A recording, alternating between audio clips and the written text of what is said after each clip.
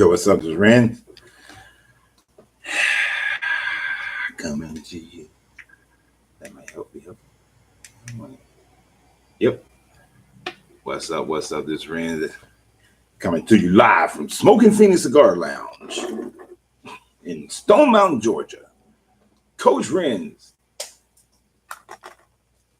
Irritating people as well as educating people as well as just having a good damn time. What are we doing today? Today is Thursday. And on Thursdays, it's book club day. We are going through the Kybalion. That's right. Book that was written by unknown authors a while back. This one keeps falling. This microphone keeps falling on that one. There we go. And in this week's installment, we will be looking at the Law of Polarity. Yes, that's right. Actually, god dang. We might go, let's see. Yeah, we might knock out the Law of Polarity as well as the Law of Rhythm. And then I have to switch the titles. Because the Law of Rhythm is very important to the Law of Polarity. I'm just giving people time to get on here if you find this for the first time. Please go ahead and subscribe to the channel. So make sure you share it. We just in here handling some things, learning and growing, becoming greater versions of ourselves. As I said, I'm the owner of Smoking Phoenix Cigar Lounge, so I smoke my cigars. If you don't like it, then yeah, go find somebody else. And I don't care. Teresa, how you doing? Lydia, how you doing? Yes, it's been a while. It has been. We ain't talking about your other religions today. If you want to come on here and talk about your religions, that happens after we finish with the Kybalion. But nobody cares. You know, it amazes me how people, they want to come on and, oh, I don't care what you're talking about. I want to talk about what I want to talk about. Guess what? That's why people have their own platforms, right? Am I right? Yeah. Next week gonna be a little bit interesting. I have to have dental surgery next week. So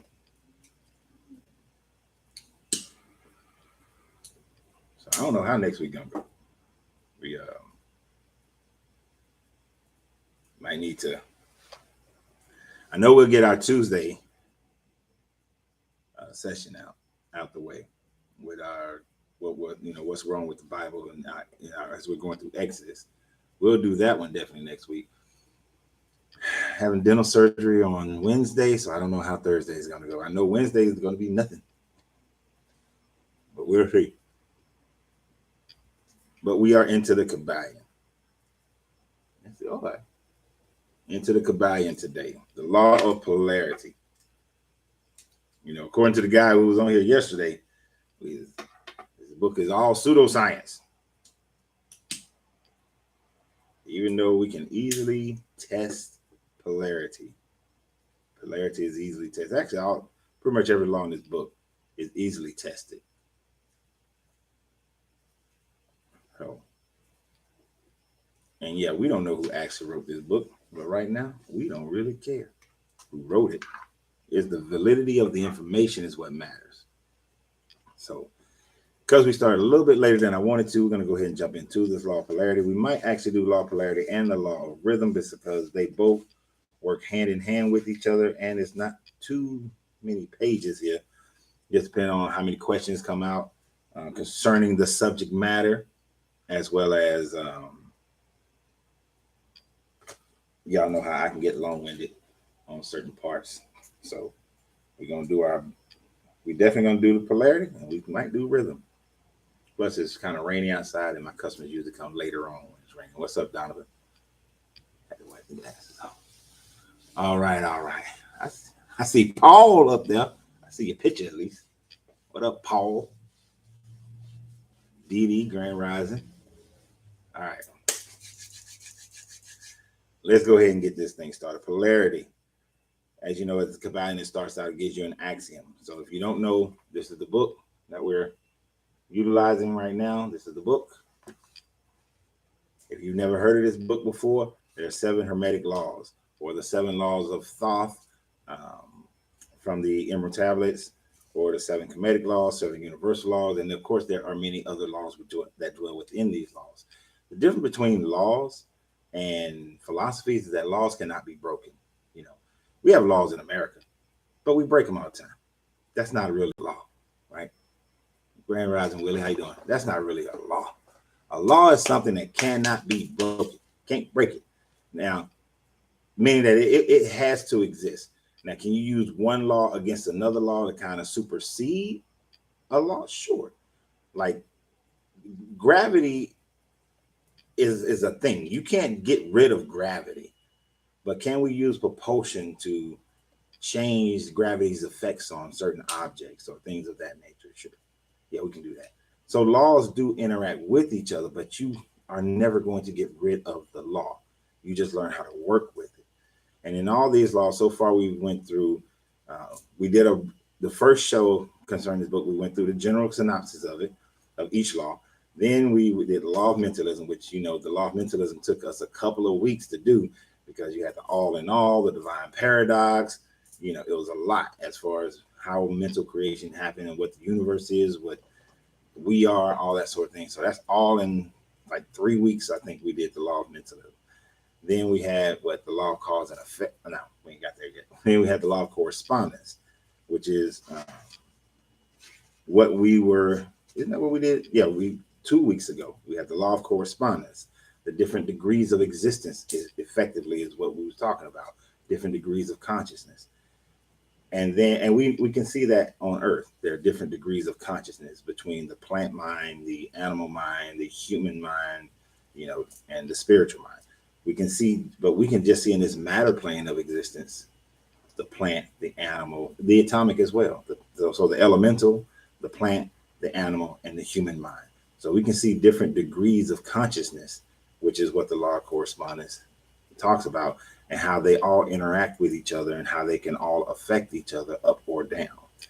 You don't think the animal mind can affect you? Just watch when the army ants are on the move to relocate. Every damn body get out their way. The other animals get out their way. The plants get out. Well, the plants are get out there when they get gone. The humans get out their way when they on the march.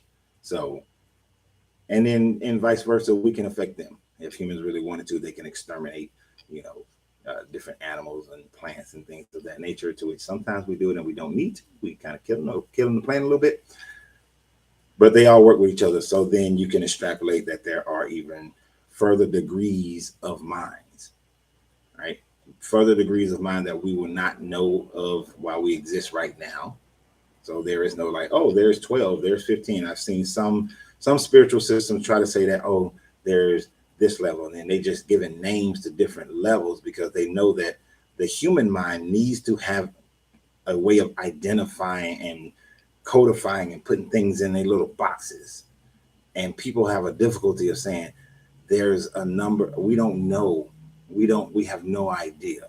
Like when you look at the chakra system, many people looking at the chakra system like, oh, well, there's 7 chakra, but then there's the 8th chakra, that means this, and then there's the 9th one, and then the 10th and 11th and the 12th. When you get to the 11th chakra, that's when you get the Christ mind, then the 12th and the 13th and the 14th. And at the 14th, you get the Buddha mind.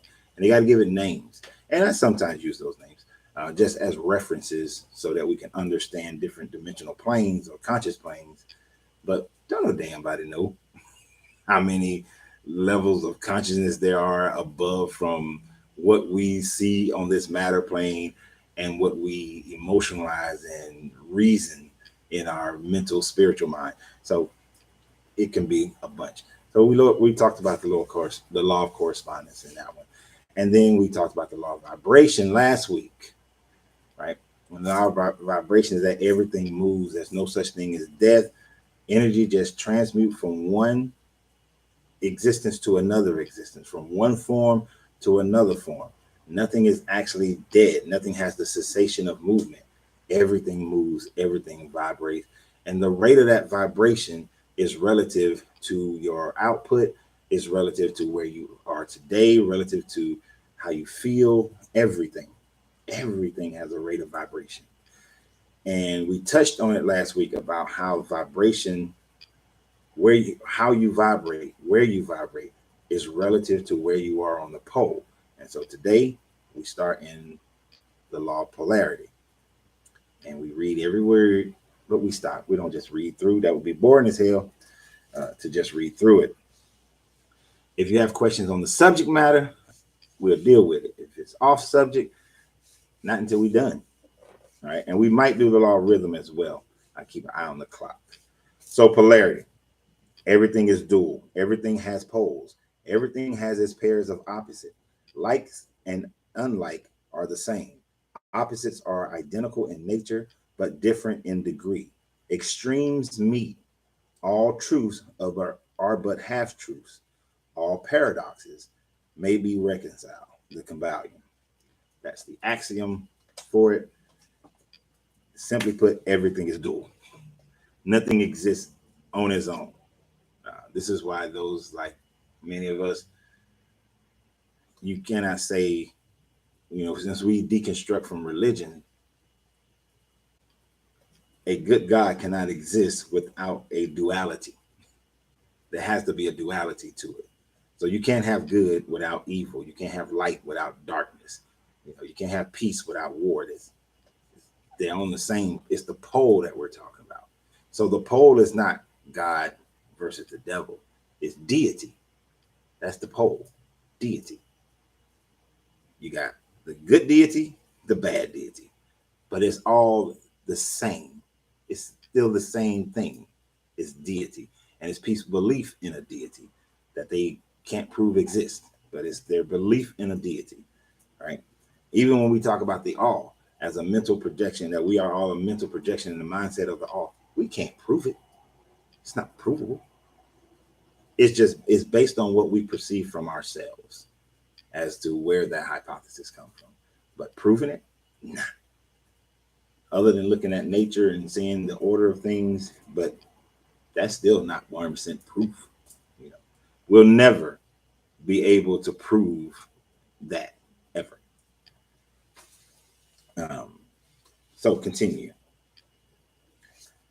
The great fourth hermetic principle, the principle of polarity, embodies the truth that all manifested things have two sides, two aspects, two poles, a pair of opposites with manifold degrees between the two extremes. The old paradoxes, which have ever perplexed the minds of men, are explained by an understanding of this principle. Man has always recognized something akin to this principle and has endeavored to express it by such sayings, maxims, and aphorisms as the following: everything is and isn't at the same time. All truths are but half truths. Every truth is half false. There are two sides to everything. There is a reverse side to every shield, etc., etc. So basically, everything has a duality. One of the most common thing that most of us may be able to say is that there's his story and then there's her story, and somewhere in between is the actual truth, right?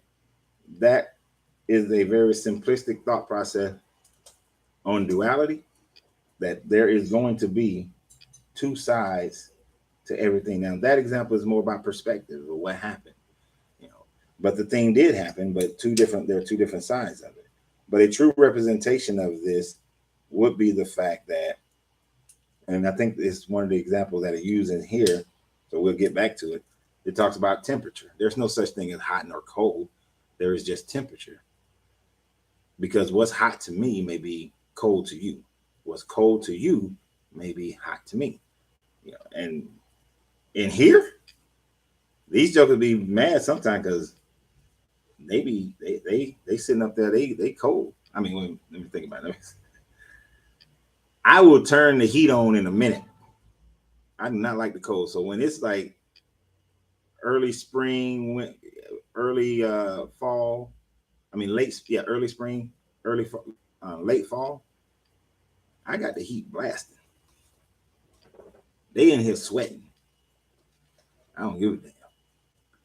What up, Sage? So to continue. So everything has two extremes, and there's a bunch of spaces in the middle. The hermetic teachings are to the effect that the difference between things seemingly diametrically opposed to each other is merely a matter of degree. It teaches that the pair of opposites may be reconciled, and that thesis and antithesis are identical in nature but different in degrees, and that the universal reconciliation of opposites is effected by a recognition of this principle of polarity.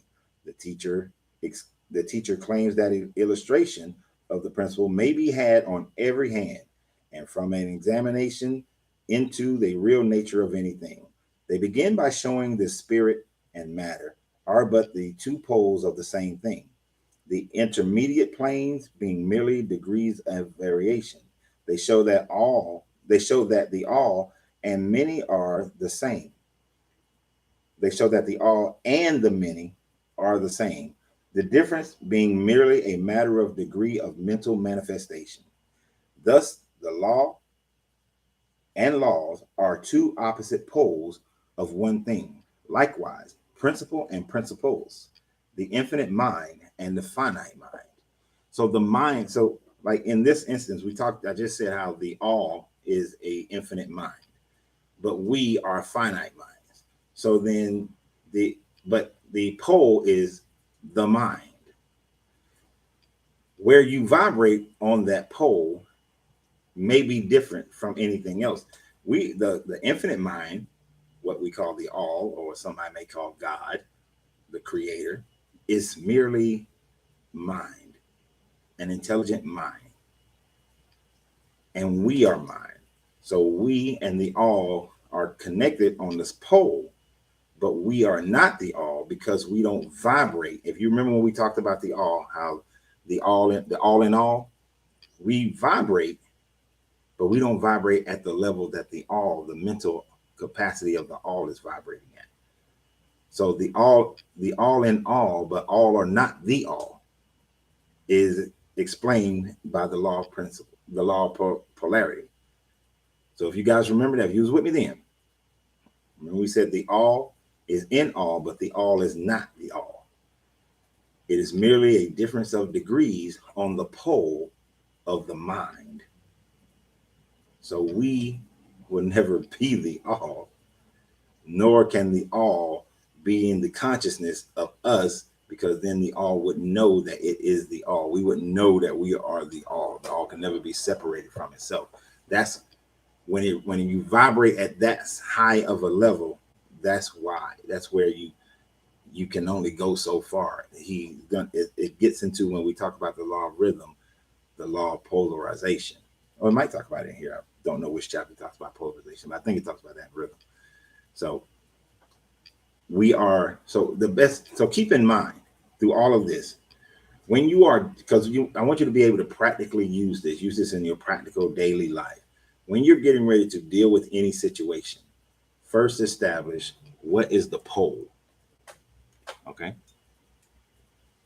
What is the pole to which you're dealing with? Because if you don't understand the pole that you're dealing with something, you won't know what appropriate actions to take in order to vibrate at the higher level, or to commit actions that will move you into the degree that you desire to be in. You understand what I'm saying? Do you get what I'm saying? Can you feel it? So that's a good example. Let's say you're having money is always easy. Money is generally easy. So let's say you're having life problems. Always seem like you be okay. Last weekend, I swear it seemed like everything hit at the same goddamn time. I'm talking. Motorcycle broke down going on my way to Wilmington. So it's sitting in the garage right now. It was some more stuff hit, and I can't think of it right now, but it was like financial punch in the face last week. every day something was hitting financially. Right? So is it, some people would just say, oh man, damn, it's Murphy's Law. Anything that can happen will happen, which is not a negative. It means that anything on the positive and the negative, anything that can happen, but we usually take that as a negative. Um, and so some people are just a bit of bad luck, all these things just happening to you. There's some karma. I've had people when things like that is happening saying, oh, somebody put a spell on you and all this other kind of thing. And, you know, but then I have to realize what's the pole that I'm dealing with here? What's the pole? Financially, I've committed myself to certain things, right? You've only missed like a few paragraphs, Prince. So financially, I've committed myself to certain things, just like we all have. The management of my finances and the attentiveness to the maintenance of things is what I'm actually dealing with here, because everything that happened was all things that, with a good financial plan, they would not have hit as hard. It wouldn't have matter. It wouldn't matter when they hit. You understand what I'm saying? Like, you have a car. That car is going to require maintenance. Start saving money for the maintenance of the car. You got a motorcycle. It's going to require maintenance. Save some money over here for the maintenance of the motorcycle. You got to pay utilities here, utilities at home. You save money for that, or set aside. You budget. I'm gonna stop saying save. You budget money for that. You budget your money. So all of these things are really just uh, existing on the financial budget. These are just a budgetary pole. I wasn't vibrating as well as I should be in order to handle everything as they come out. So you got to get the finances together. So it helps you to identify. So you got to identify where the root of the problem is, basically. I mean, I know you guys heard that. You identify where the root is. That's identifying the pole. I don't know how good of an example that was, but it's worked in my head. It worked in my head as I first thought about it. But yeah, it's but always you want to find out the pole. So anyway, that example didn't go as well as I had thought it was going to go, but hopefully you still got what I was saying. So to continue, then passing on the physical plane, because we just said, principle, the infinite mind and the finite minds uh, are of the same pole. Then passing on to the physical plane, they illustrate the principle by showing that heat and cold are identical in nature, the difference being merely a matter of degrees. The thermometer shows many degrees of temperature, the lowest pole being called cold and the highest heat. Between these two poles are many degrees of heat or cold. Um, Heat or cold, call them either, and you are equally correct. The higher of the 2 degrees is always warmer, while the lower is always colder. There is no absolute standard. All all is a matter of degree. There is no place on the thermometer where heat ceases and cold begins. It is all a matter of higher or lower vibration. The term high and low, which we are compelled to use, are but poles of the same thing. The terms are relative. So with east and west, travel around the world in an eastward direction, and you will reach the point which is called west at your starting point. And you return from that westward point, travel far enough north, and you will find yourself traveling south, or vice versa. Um, so I, they use the example of heat and of temperature. The pole is temperature. It's 72 degrees hot or 72 degrees cold. One, depending on who you're talking to. But if it's 72 degrees, and if the next degree being 71 degrees, then 72 degrees is hot. 71 degrees is cold. But if the next degree at 73 degrees is hot, 72 degrees is cold. So there is no point where hot and cold is established. So there's no point on any pole where anything is established. It is all a basis of where you're standing on the pole. It's comparison compared to everything else, compared to the other things around you, the lower vibration and the higher vibration. And the more we and we're going through polarity, but polarity, rhythm, and vibration all work together. This is one. There's three laws combined in one with another sub law.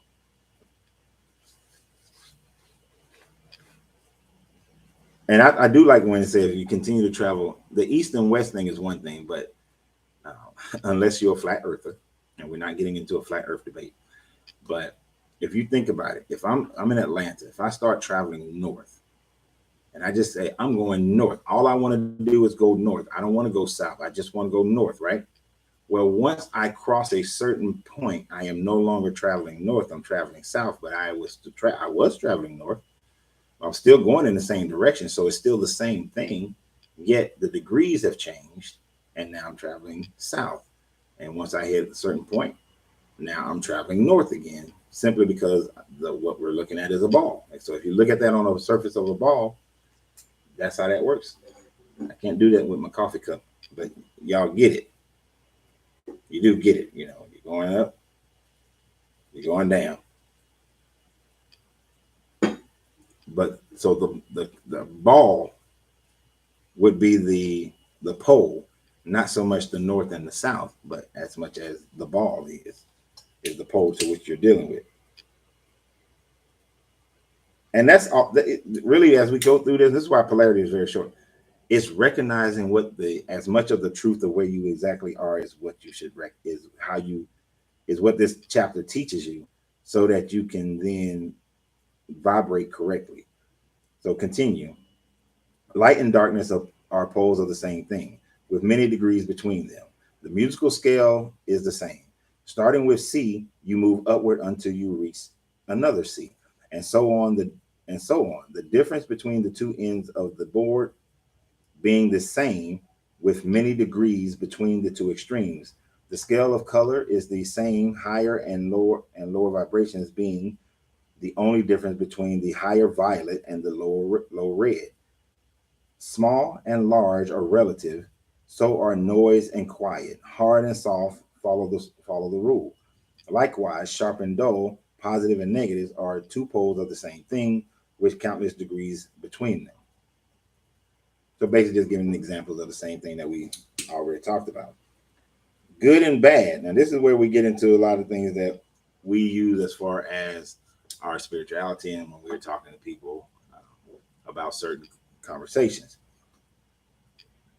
Good and bad are not absolute.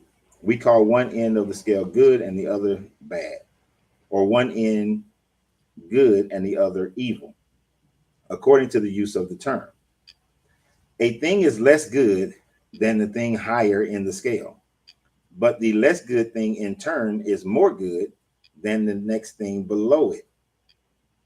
The example I was given with temperature at 72, then there's 73, then there's 71. 72 in one instance is hot, 72 in another is cold. So same thing with good things, good, more good, less good, and so on. And the more or less being regulated by the position on the scale. I think I said that. And so it is on the mental plane. Love and hate are generally regarded as being different things diametrically opposed to each other, entirely different, unreconcilable. But we apply the principle of polarity, we find that there is no such thing as absolute love or absolute hate. As disguised from each, yeah, as distinguished from each other. Let me read that again. We find that there is no such thing as absolute love or absolute hate as distinguished from each other. The two are merely terms applied to the poles of the same thing. Beginning at any point of the scale, we can find more love or less hate. As we ascend the scale, and more hate or less love, we are descend as we descend. More hate and less love as we descend. This being true, no matter from what point, high or low we may start. There are degrees of love and hate, and there are middle points where the like and dislike become so faint that it is difficult to distinguish between them. Courage and fear come under the same rule. The pairs of opposite exist everywhere. Where you find one thing, you find its opposite in two poles. You know, I used to use something similar to this when I would talk to people about relationships. And people would say, I used to tell people that you never lose love for somebody. You just love them less than you loved them previously. But that love is still there. Like, so any and everybody that I've ever loved, the love didn't completely vanish. It's just the vibration of the love got so low that it is um, way the hell down here, that we will now call it dislike or just like or something, but it's a lot less love, right? But love and hate are the same, on the same pole. Oh, this is the Kybalion. Victor, victory. That's exactly what we're reading. So you don't lose love for anybody, and hate is just an extreme loss of love. Yeah, an extreme lower degree of love. But there is no such thing, as it said, as absolute good or absolute bad. Absolute good, good or absolute evil. So when people talk about agape love, there's no such thing. There's no such thing, because love, the on that scale, of that emotional scale, there are criteria that must be met in order to have any of it. People do not like when I say this sometimes, but all love is conditional, just as well as all hate is conditional. It is all based on the conditions to which you are putting a person in, demonstrating to a person, treating a person. It is all conditional.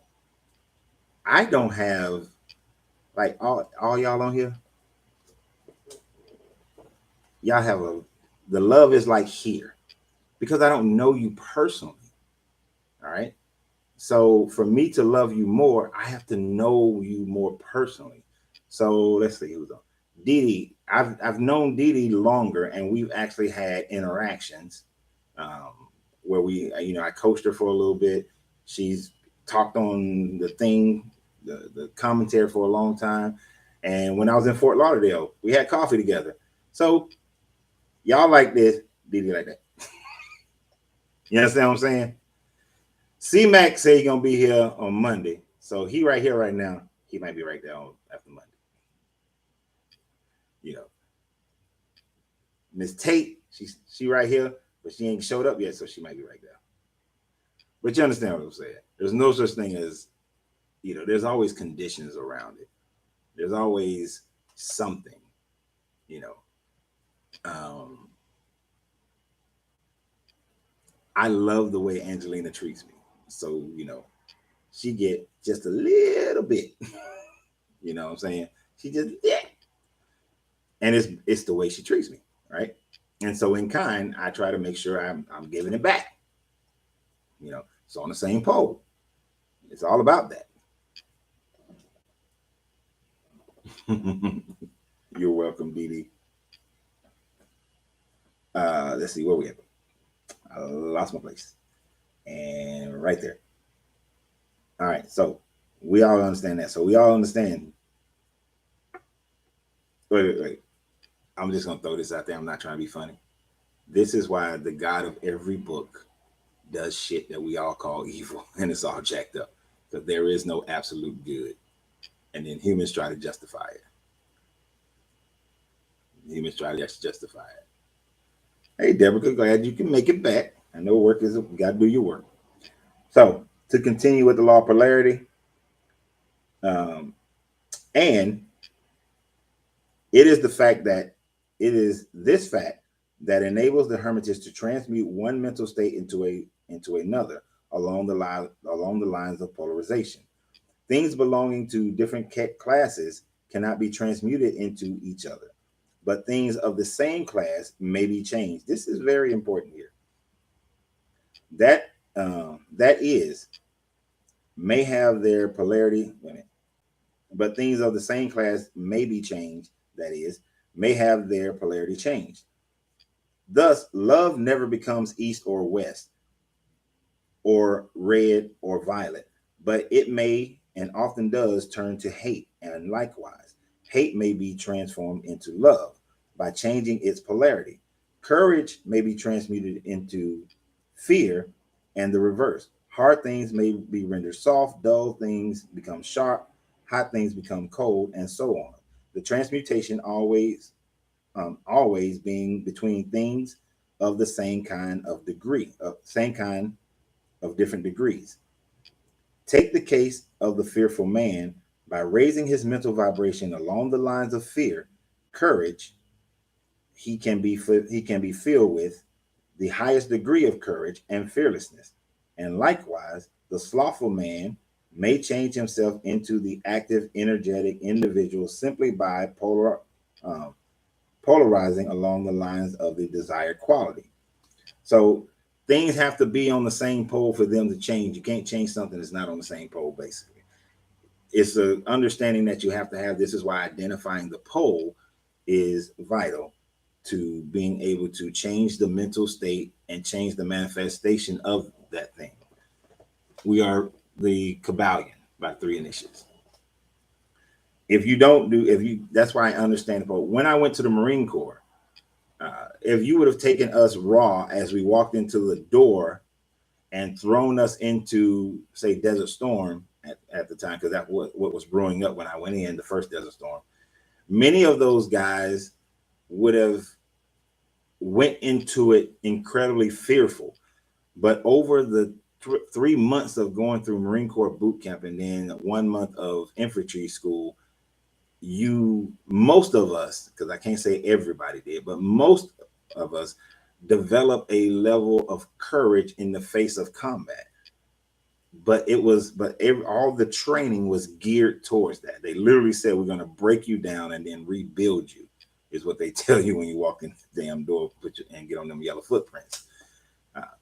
So they understood that's one of the things that makes the Marine Corps what it is that they understand the pole that is most vital.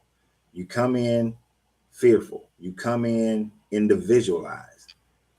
They train you to be courageous and train you to be working as a team, to work as a team instead of an individual. That's like the core, that's the pillar of the Marine Corps, understanding that pole. But we can do that. You do that in every aspect of life as well. I taught my kids to have, to be courageous, to be honorable. Yeah, that to tell the lie is never good to tell a lie, and it's never good to do the wrong thing. You can always do it. You can always lie. You can always steal. You can always cheat. I focused on honor because the honor embodies the higher vibration of all those things. You know, you focus on. I know gentlemen who focus on their son. Well, I just want to make sure my son don't, because I watched my dad beat my mom. I want to make sure he never does that. I want to make sure he never does that. So he raises a wimp. A guy who just, yes, he's whatever the woman says, okay, and he has no oomph about it. Instead of teaching him how to be a leader and how to nurture and protect without, to have honor, not some wimpy dude because he's so focused on one little side of something and not the wholeness of a thing. So we have to also recognize the wholeness of it, of how you can go one way or the other and what something embodies so that you know the actual pole. Kind of went a little left on that one, but you know what I mean. So I'm talking about the Marine Corps, everything changes. All right, so to continue, the student who is familiar with the processes by which the various schools of mental science, etc., produces changes in the mental state of those following their teachings, may not readily understand the principle underlying many of these changes. When, however, the principle of polarity is once grasped, it is seen that the mental changes are occasioned by a change of polarity. a sliding along the same scale, and yeah, a sliding along the same scale. The matter is readily understood. The change is not in the nature of the transmutation of one thing into another entirely different thing, but is merely a change of degrees in the same things. A vastly important difference, for instance, borrowing an analogy from the physical plane, is it is impossible to change heat into sharpness, loudness, highness, etc. But heat may readily be transmuted into cold simply by lowering the vibration, simply by lowering the vibration. In the same way, heat and love are mutually hate and love are mutually transmutable. So are fear and courage, but fear cannot be transformed into love, nor can courage be transmuted into hate. The mental states belong to innumerable classes, each class with which each class of which has its opposite poles, along which transmutation is possible. So a bunch of stuff that we already not talking about before. You got it. You got to identify the pole. You can't change something that doesn't belong on the pole into something that is not. All right. The student will readily recognize that in the mental state, in the mental states, as well as in the phenomena of the physical plane, the two poles may be classified as positive and negative, respectively. Thus, love is positive to hate, courage to fear, activity to non-activity, and it will also be noticed that even in those unfamiliar, even that those who are those and it will also be noticed that even to those unfamiliar with the principle of vibration, the positive pole seems to be the higher degree than the negative, and readily dominates it. The tendency of nature is in the direction of the dominant activity of the positive pole.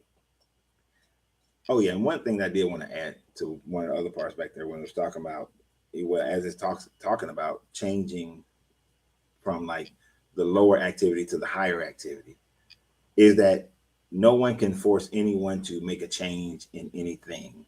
You can be a supporter, you can be a catalyst, but you can also be an enabler that causes a person to stay in a lower vibrational rate. Uh, you don't want to be that person that enables those to stay in a low vibration. You want to be where you are supportive in somebody raising their vibration, but you cannot force anybody to change their nature, change their vibration, to move along the pole. All you can do is help them to vibrate at a higher rate and to move away from them when you are enabling them. I once enabled a whole family and continued to pay their bills, and they just sat there and did nothing when they were supposed to do something. And I had to step away and say, all right, sink or swim. Can't pay for your life no more. So we've all been enablers in some form or fashion. So all we're doing is keeping a person on the lower vibration of the pole. Or somebody's been an enabler to us, and they've kept us on the lower end of a pole. Or in this case, the negative end. All right, so to continue to finish this one, we're almost done with this one.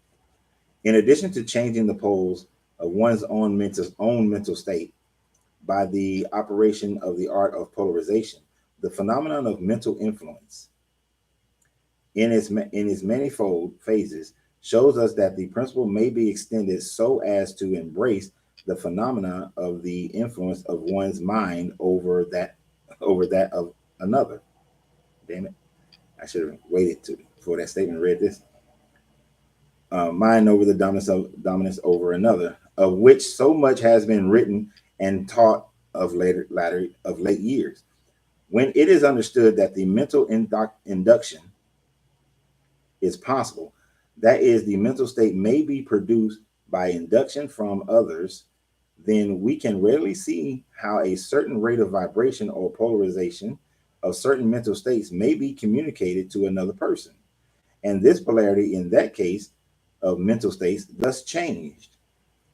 It is along this principle that the results of many of the mental treatments are obtained. For instance, a person is blue melancholy. It's like blue. The person is blue or melancholy and full of fear. A mental scientist bringing his own mind up to the desired vibration by his trained will and thus attaining the desired polarization of his own case then produces a similar mental state in the other by induction. The result being that the vibrations are raised and the person polarizes towards the positive end of the scale instead of towards the negative. And his fear or other negative emotions are transmuted to courage and similar positive mental states. A little study will show you that these mental changes are nearly along the line of polarization, the change being 1 degree rather than the other. So, you know, what he's basically talking about is, the old saying, if where the old saying goes, like if you hang out with 9 broke people, you're about to be number 10. But you can say that as far as the mental as well. As if you are around 9 depressed people, you about to be number 10. You know. Uh, oh, you said it hurts when you love that person. I'm guessing you're talking about when you're an enabler and you love a person. It does. If that's what you're talking about. I'm not sure. I wasn't looking up then. But think about that. The circle that you're around, you're either influencing them or they're influencing you. Right? So if you are not, you have to be mindful as to who you're around, but you also have to be mindful as to who you allow around you. Are you strong enough? Like this one talks about a person, a mental scientist bringing his own mind. That doesn't just have to be somebody with a psychology degree or a sociology degree. We are all, to a certain degree, mental scientists. It's just that some of us vibrate at a higher level of the mental science than others do. Some of us are over here constantly working on our consciousness, consciously getting our mind elevated, making our mind stronger, increasing our vibration, while others, they just sit here and whatever life hands them. When we get into the law of vibration, law of causation, we'll understand that one. Whatever life hands them is what they do and what they take and what they accept. But for these people over here, their mental vibration is directing their path, is affecting their thought process. There is a hadith that says the same thing. Oh, yeah, I don't remember a lot of I haven't studied Islam in a long time. So cool. That's cool. You actually can find you can find the hermetic laws in damn near every religion. You can sift through it. But so be mindful of who you're around. Be mindful of who you allow to be around you. If you are not, if the strongest mind or the strongest grouping of minds will always win. Whichever ones are vibrating higher is where you're going to, well, let me not say that. If it's just 2 people, the higher vibration generally will win. But that higher vibration can be outnumbered. And if you got enough low vibrations, the low vibrations will win. Right? The low vibrations will win. I want you to think about it in this context. Over there, World War II, over in Germany, that little party, because I don't want to get demonetized, that little party, they were actually the minority of people, very small group, but they had the will and they took over. During the American Revolution, it was a small group, but they had the will and they took over. You understand? It's always a small group that then the rest will follow.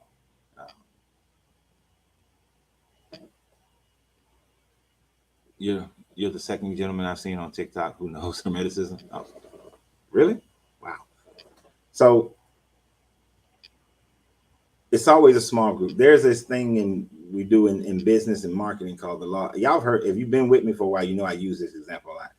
The law of now I can't think of the name of it. The law of innovation of the law of innovation of diffusion, I think is what it's called. The law of diffusion of innovation. Basically, anytime something new comes out, there's always that 1% that's going to go and do it. They're going to go buy it. They're going to do it. They're ready for the new shit. Then you got the next 3%. Then you got the next like 10%.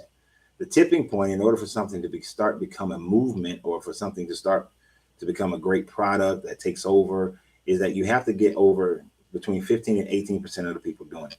Once 15 to 18% of the people are doing something, the next early majority of 34.6% of the people just joins in. And once they do it and they feel safe, here comes the next 34.6%. They just join in. And then you always have this small 16% that don't want to do it. But the thing that makes something into a lifestyle change is the small 15 to 18%. That little bit of vibration is enough to get things rolling. If you've ever been, I'm sure everybody has experienced where you go through a period of time where you're not working out, you're not doing healthy things. Getting started in the gym is the absolute hardest thing to do. Once you've done it for about 18 days, 18 to 90 days, depending upon your mental state. Some people, they do it for a week and they good, they roll it. Most people, it takes you about 90 days to form a new habit. Once you've done it consistently for 90 days, it's part of your lifestyle now. But the hardest part was getting started. So the smaller is we don't have to have everybody involved, or everybody has to agree, or but that high vibration, the difference is those first people who, when iPods came out or when the new iPhone come out, those first people are out there they outside. Their vibration is so high. By the time you get to the rest of the people, the vibration is kind of like, but the vibration is so high that causes the wave. And that even at that 18%, that's a high vibration. So basically what you need to change things is a high vibration, right? If you were local to Atlanta, when Slutty Vegan, which is a vegan food truck, when she first opened up her restaurant, the wait was 8 hours long. People waited in line for 8+ hours to be the first to go to her when she opened up her restaurant.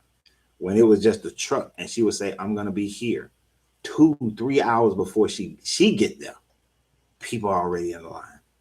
She had to start setting up cones to show where her truck was going to be so that people wouldn't fight about getting in line.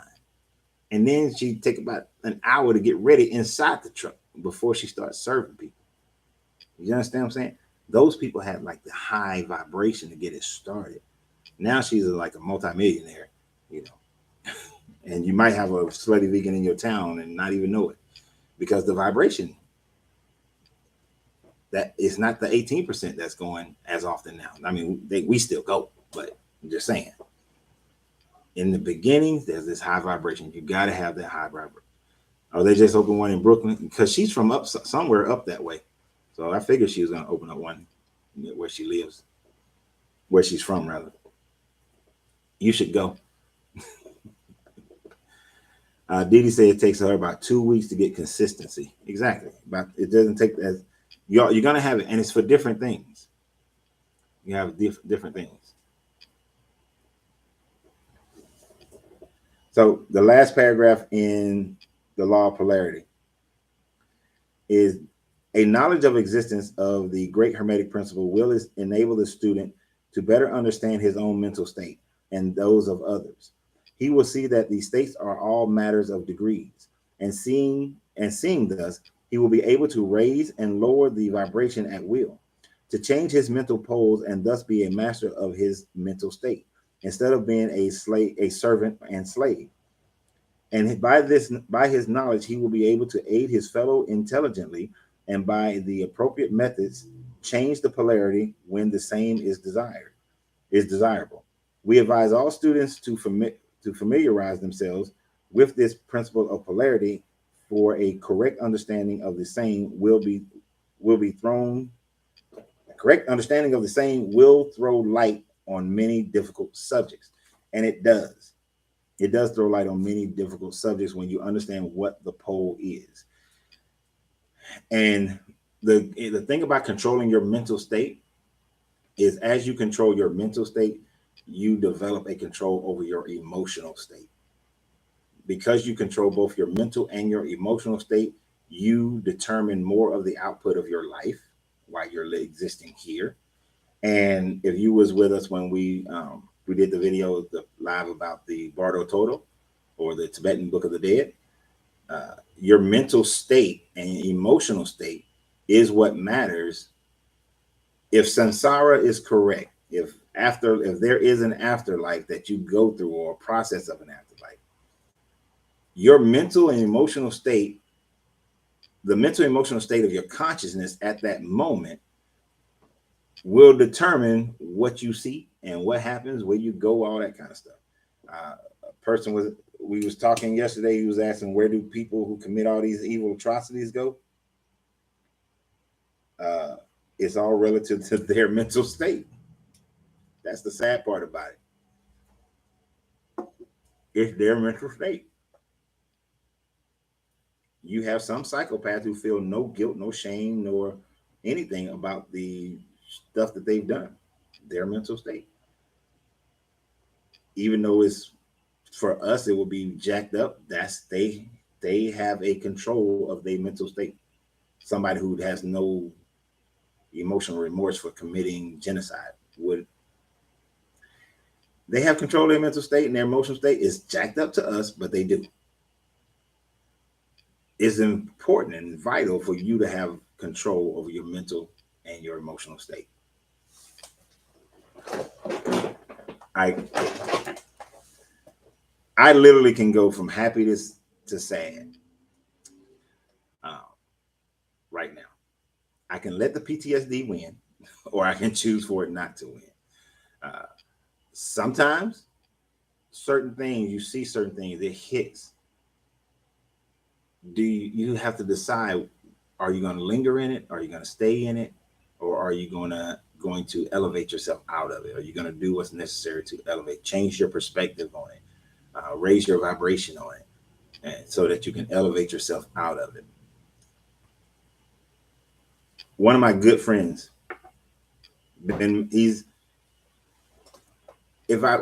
anytime I've talked about him and his wife, I admire their relationship, love their relationship, like love it.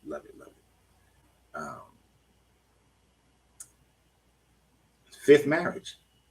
And this moment I mentioned fifth marriage, and I could have talked about all the glory of their relationship, people's perspective lowers, their vibration lowers, their emotional, they were all excited emotionally, and then they drop because they're focused on the number 5. Who cares about the number 5? What I care about is the fact that they finally found each other. Though they had to go through a bunch of other BS, they found each other.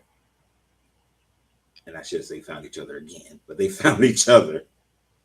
And at the end of the day, 10 years from now, because they've been married now for about 11, 12 years, something like that. But 10 more years from now, 20 more years from now, who cares if it took 5?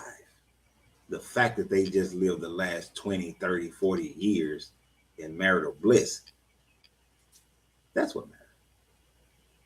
Where's your mental state on it? You see, we've been programmed that if a person has been married over a certain number of time, there's something wrong with that person. That because they're the common denominator, right? So it must be something wrong with them. But we have no idea. You don't know what happened. They could have just, in each instance, just picked wrong. You have no idea what was going on. But we want to have our judgment. And we want to lower that. That hat is cool. Thank you, Daniel. And I'm working on some stuff. I'm be able to hook y'all up with these hats. Give me about a week or so. But see, their vibration is at such a high vibration, they don't give a shit about what anybody thinks, because they are controlling the higher vibrations that are within them and between them. And that's how we have to get about everything in our life. Y'all might hate my lady. I don't give a damn. Oh, even better. We was in here talking about Zion Williams, right? And y'all know I'm a little different. Y'all know I'm a little different. I was saying that Zion Williams' biggest mistake is him caring about what other people think. You got the porn star girl. She giving it to him any kind of way he wanted. She accepts the fact that when he goes out of town with, that he probably gonna be with some other women. And she was getting him healthy. He was losing weight. She down for him. And he putting out like $100,000 or so a year.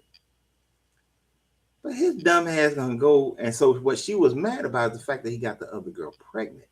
Not that he was with the other girl, got the other girl pregnant.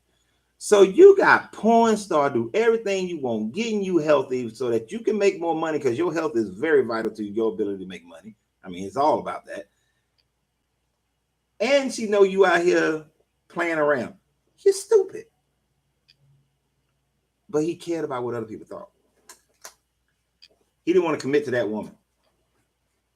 But then to get a girl pregnant, he wanted to try to, oh, baby, he want to commit. I want to commit to you. He's stupid. But he cared about what other people thought. If a woman makes me feel all the happiness and joy of life, I don't give a damn if she's a porn star. Kanye don't care that old girl was on a video with Ray J, even though Kanye crazy to me. But you understand what I'm saying? Some people will mess up their own happiness because they care about what other people think. I know I used a couple of extremes right there, that what we would call extremes. But,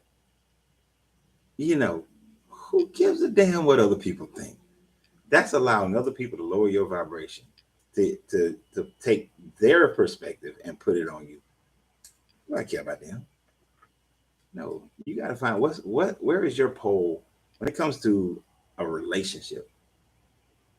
The pole it should be your happiness. If the pole is your happiness with this person in this union, that's your pole. That's all you should care about. Just what makes you happy? What makes them happy?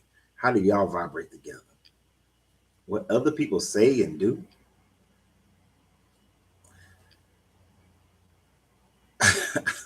I had to deal with a person who really cared about what other people said, and if people said something negative to them, they would go into a state of depression and sadness. So then I started asking them the question: do they pay your bills? Oh, no.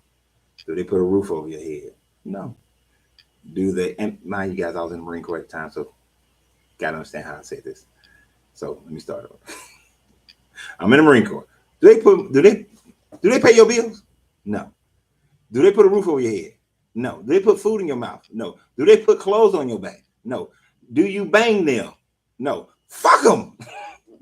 Who gives a shit about what they think? That was me back in the day. That was my Marine Corps days. I'm a little nicer about the way I say it nowadays. But I'm just saying, back then, that was the mentality that I had. And when dealing with this person, I was like, look, these people do none of these things for you. So why should you give two rats' asses about what they think? You shouldn't. They don't matter. And it got to a point where if somebody says something and I can see that the person is getting ready to go into that state, all I would have to do is they understood everything that I meant. And that would change the personality would change. Just like that, personality change. As I'm counting, I can see the personality change. And then by the time I do that, they done already, it took some years. It took some time for them to get that way. But don't give a shit about what other people say or think. Let's see. Do we have enough time to go through rhythm? No, we don't. All right. No, we don't have enough time to go through rhythm. So we're not going to go through rhythm. I know. Plus, my title going to look wrong then because my titles all say just polarity, not rhythm. That's because I talk too much. That's why we didn't get a chance to go through rhythm. But y'all don't want to just read straight through this stuff anyway. But the law of rhythm is going to be very important to understanding how the poles work and because rhythm, causation, and polarity really work together to change your mental state and we definitely want to understand all those things and how they function. Now, one of the things that this book helped me to identify and deal with is the fact that nobody can create a spirituality for me, nor can I create one for you. You know, the what I identify as spirituality may not be the same thing that you identify as spirituality. And the only thing that we definitely understand the laws, but where are you vibrating on your degree of what you call good and what you call evil? There's no absolutes to either one. There are just millions of degrees in between. You may be vibrating here. So to me, a person who believes in, and no disrespect to any of those people, but a person who believes in the Abrahamics, deities, you're vibrating way the fuck down here for me. You're down here. But that is your deity. This is why I always tell people, if believing in your religion keeps you from killing my kids and murder and all that kind of stuff and sexually assaults, do you stay right there. Do your thing. If all you need is a deity that is only this good, okay. But for me, I gotta be over here. I can't deal with that deity. So I have to vibrate higher, raise my consciousness so that I can identify that this is not a good deity for me. Right? Because let's be honest. I'm the type of person that if there's a certain pathway that I need to follow, I'm going to follow that pathway. See, y'all would have hated me. You would have hated and loved me at the same time when I was a Christian. All right? You would have. Because I was on it. Oh, we supposed to do all the Old Testament stuff? Oh, we supposed to do all the Old Testament stuff. If you was the alphabet people friendly back when I was a Christian, oh hell no, we're not having that. Because the Bible said, if you were a woman, abortion, oh hell no.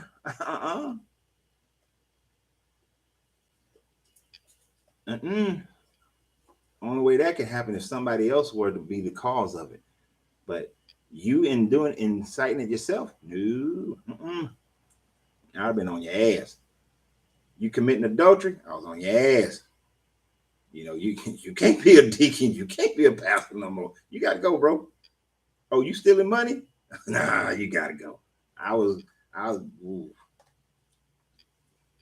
So it's a good thing that I'm not a Bible thumper, because many of the things in the Bible for me are not good. They vibrating on the lower level. They're vibrating down here.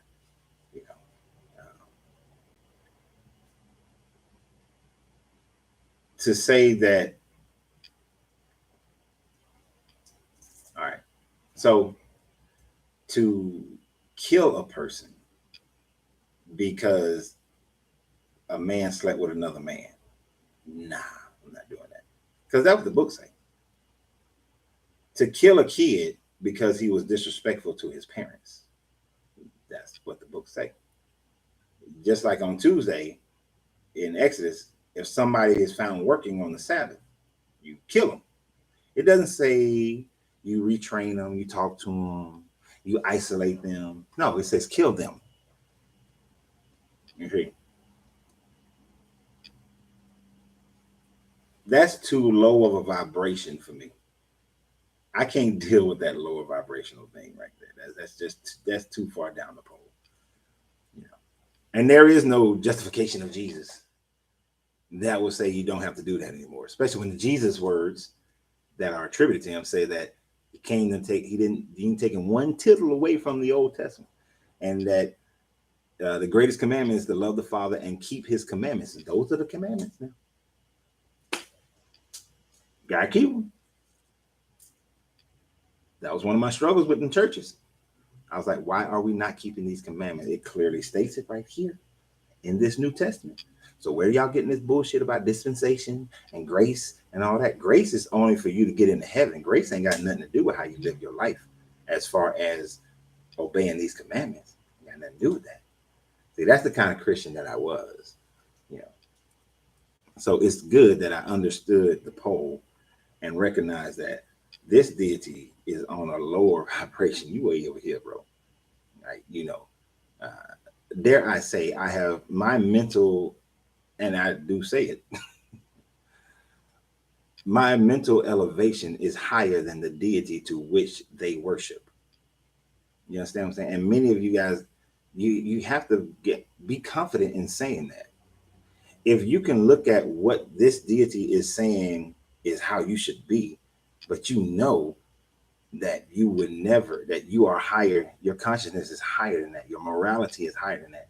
You are of a higher consciousness than the deity to which they worship. Y'all understand what I'm saying? And if you say that or think that, but there's a little inside of you, a little fear, a little anxiety or something like that, you still got some things to work on.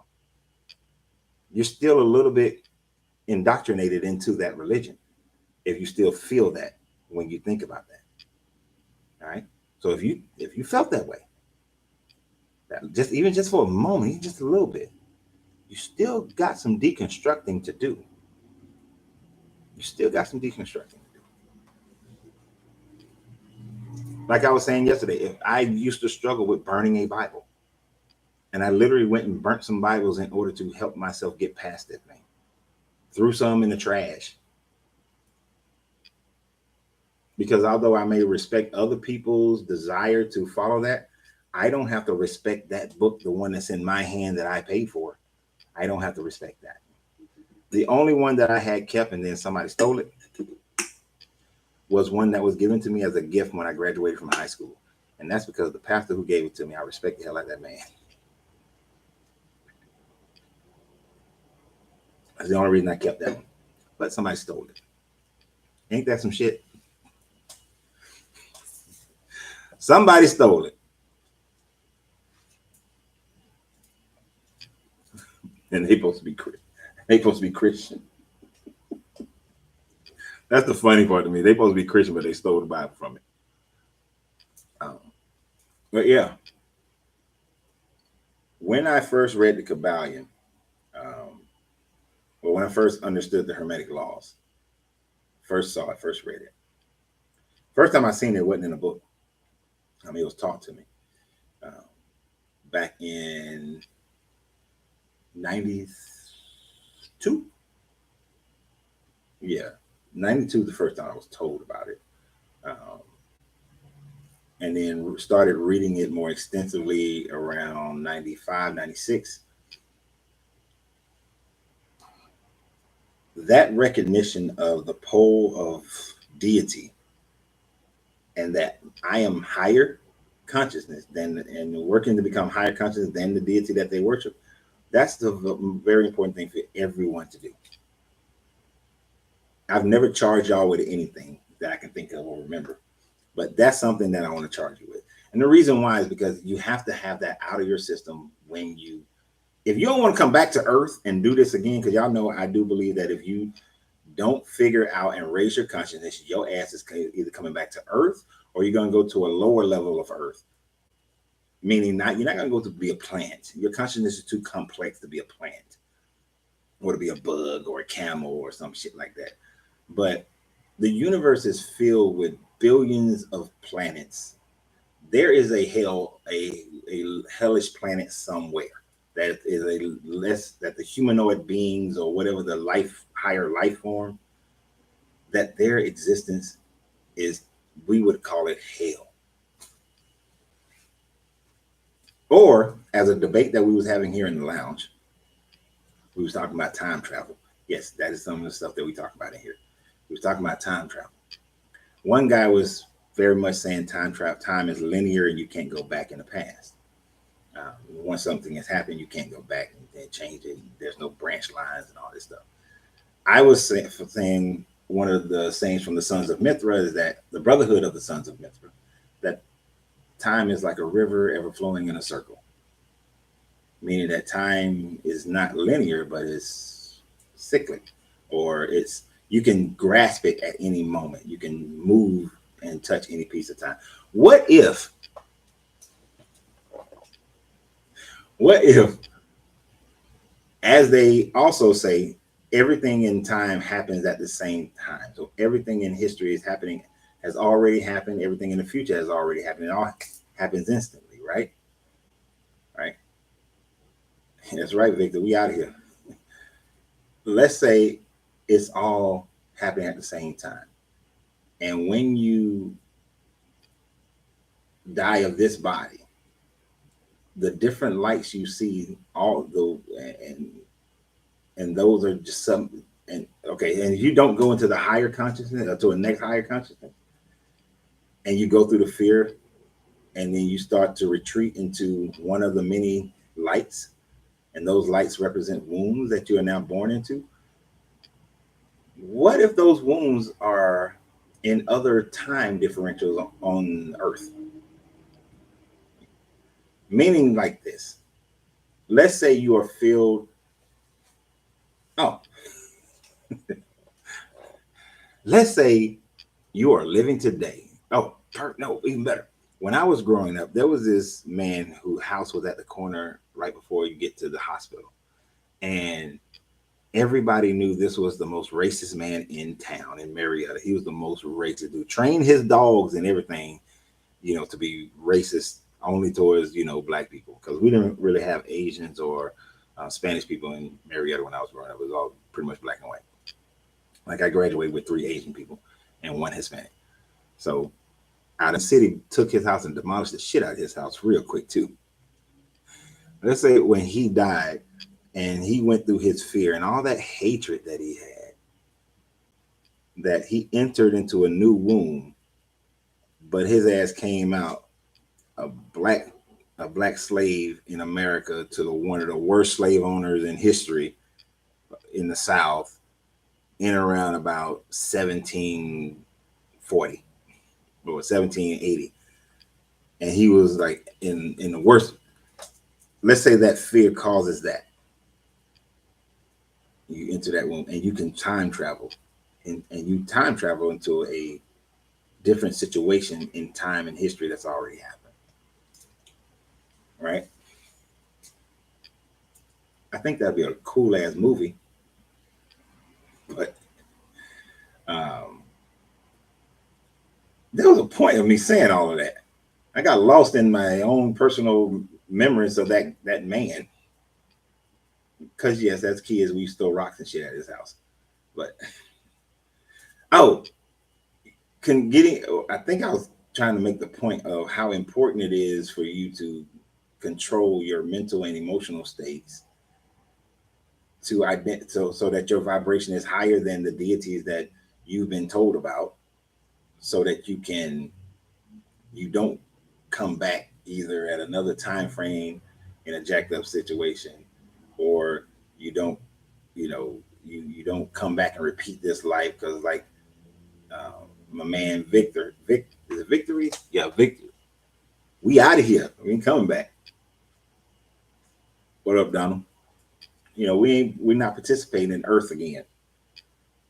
But neither am I going to participate in a lower dimensional plane either.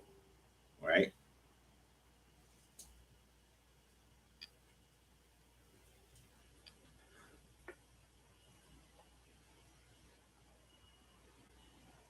And that's what we was in here. See, Will, you should have been in here yesterday, because that's what we was not in here, like in the chat, in the lounge. Because we was talking about that. Is time linear or is it cyclic? We was talking about string theory, the multiverse, all that stuff. It was a pretty good conversation.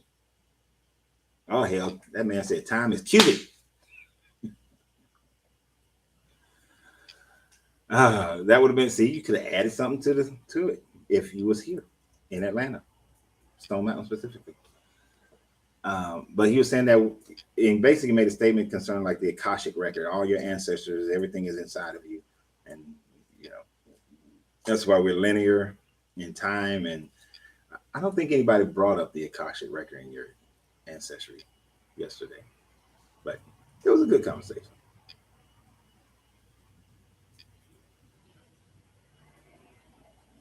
Linear time would describe evolution. It would. It would describe evolution, and we're talking, and we weren't just talking about linear time as Earth is as it's perceived on Earth, but just as in the expanse of the universe, there is still a linear time.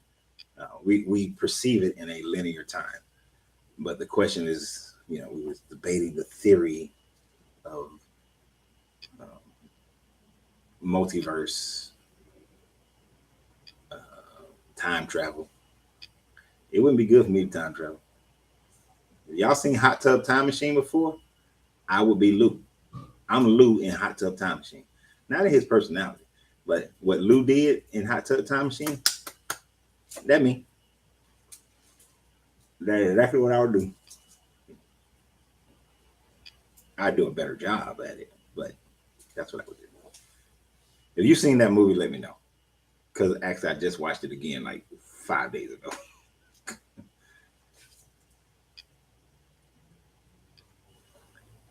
But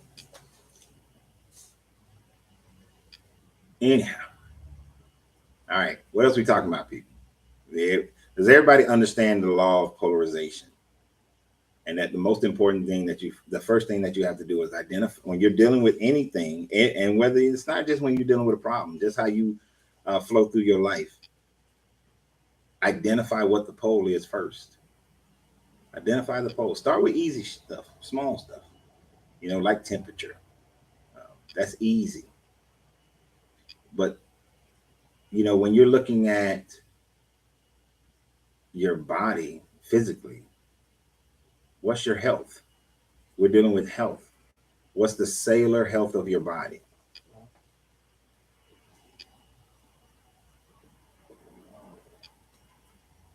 So let's identify the pole.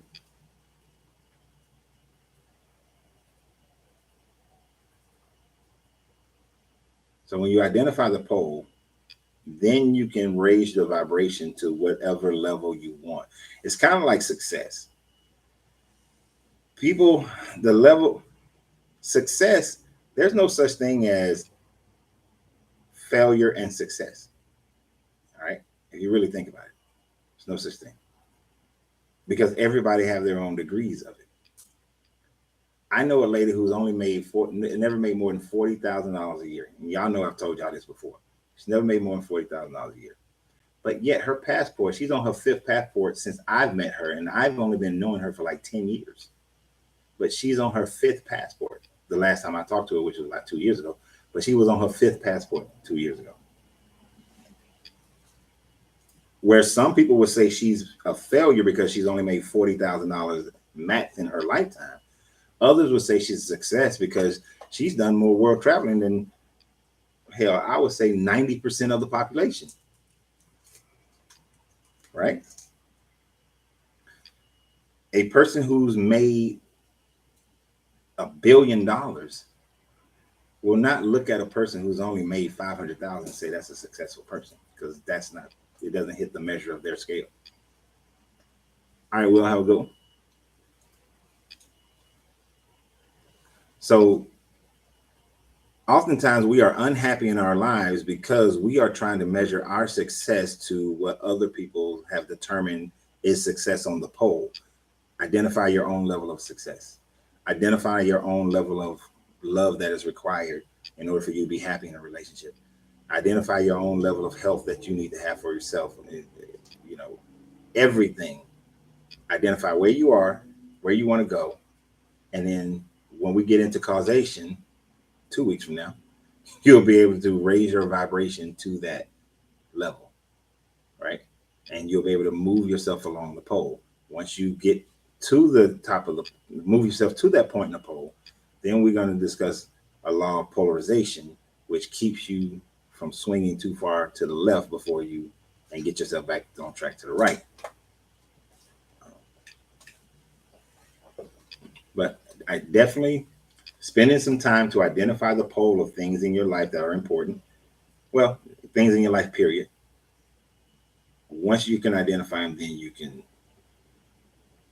do something about it. Until you identify, you can't do shit about it. You know, it's kind of like, all right, I'm gonna piss off some black people right now. Y'all really believe that the inequality in America towards black people, that if we raise the vibration of people voting, that that's going to matter? That that's going to change it? No. You're looking at the wrong poll. You going to the polls worried about the wrong poll. The Asian community gets shit done in this country. Do they run to the polls? No.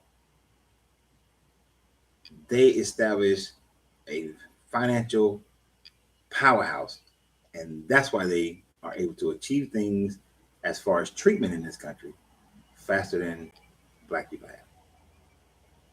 Now, did they piggyback on some of the things that when our people were on the move? Yeah. Did they go through all the stuff that we went through? No. But they recognize what is the pole that America vibrates on. And it's money. It's financial power of any group. What has the alphabet people realized? That in order for them to get what they want, money. Very small group vibrating high with the money economically, they get what they want. They get things done. They have progressed. Their progression since I was a child to now is fucking amazing. It's amazing. They literally have surpassed black people. It's all about money. The pole that moves America, there's only two poles that moves America: money and violence. That's it. Money and violence. Two things that we're not focusing on and that we should be.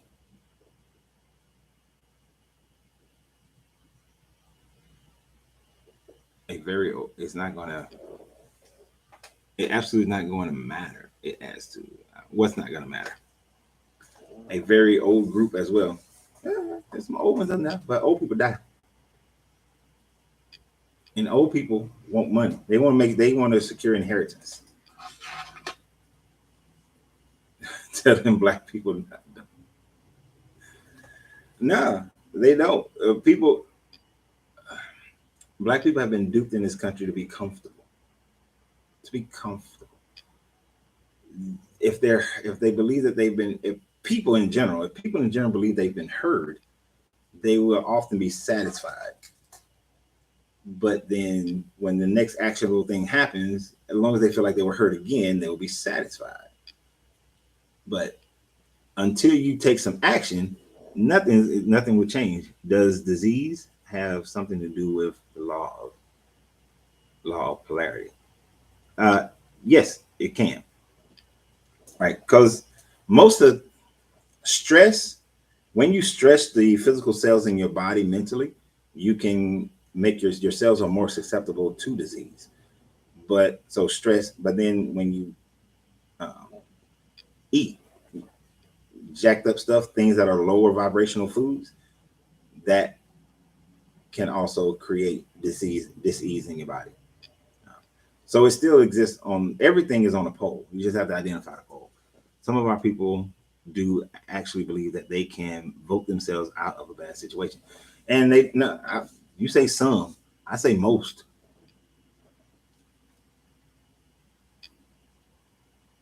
I say most of them believe they can vote themselves out. I know I just blew that all into the camera. Most of them do. You said volume is too low. You can't. That's the loudest I can make that. Oh shit. Sorry. You did. Sorry about that. I'm going to order. I don't know if that's any better. I don't see where I can turn the microphone up anymore. That actually wasn't the microphone. Media volume, ring volume.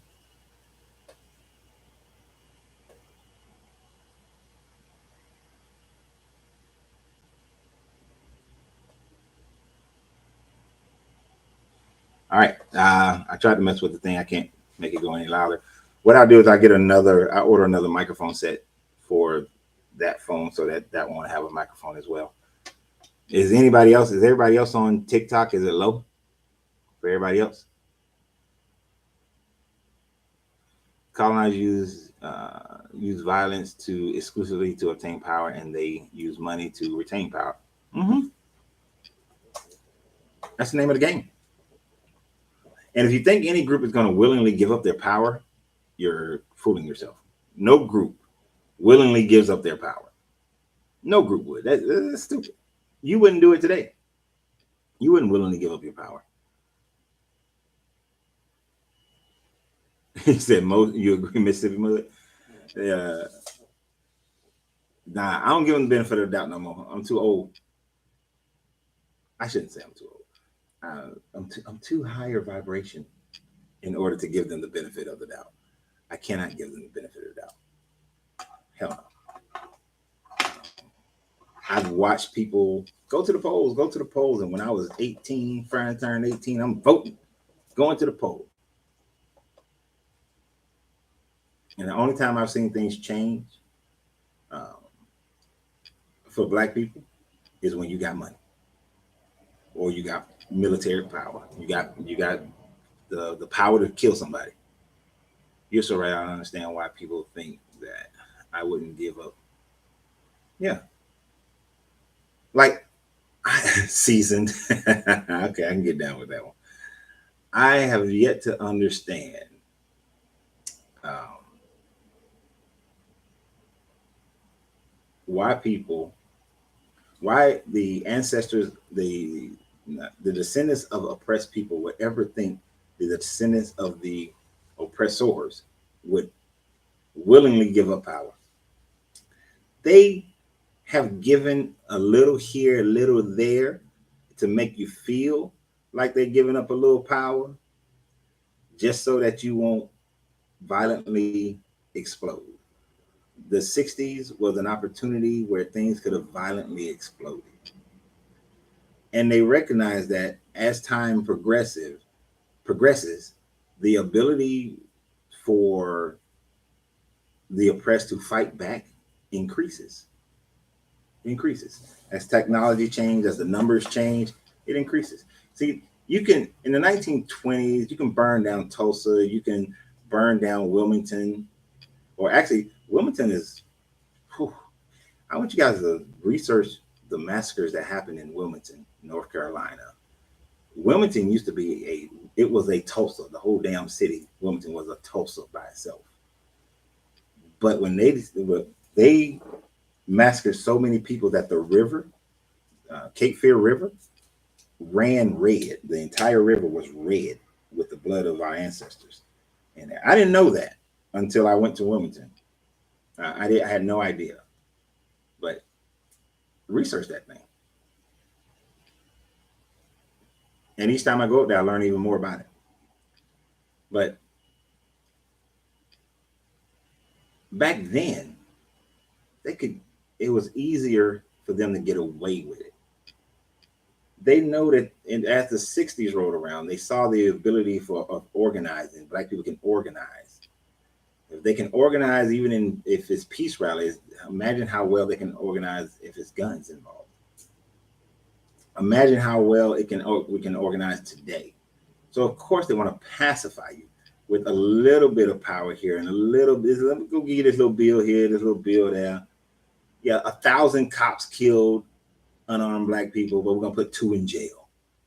You know, we'll appease you a little bit here and there, but most of the time we're not. We're gonna take it right to the edge, and then when we see us at the edge, we're gonna do something big to make you feel like we're doing something, like Black Lives Matter. We're going to make it seem like something happened. And then we're going to go back to business as usual. If I was part of the oppressive group, I would do the same damn thing. I'm not even mad at them for doing it because I recognize that nobody willingly gives up their power. The difference is since I'm physically on this side of the fence, then I have to do what's necessary in order to gain power. Moving to Puerto Rico is one of them, and then moving to Africa is another one. Doing business and creating business is another one. Having affiliates out there is another one. Educating people is another one. But to mentally be primed and ready and physically primed and ready to handle either a physical altercation or a verbal altercation, you got to do it. To move. Now, I prefer my preference. Right, you can't ask for freedom. My preference.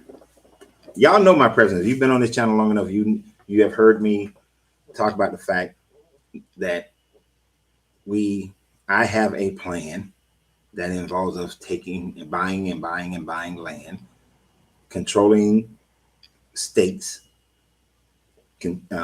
starting with towns, and then towns and cities, and then counties, and then more counties, and then states, and all of this has to be contiguous.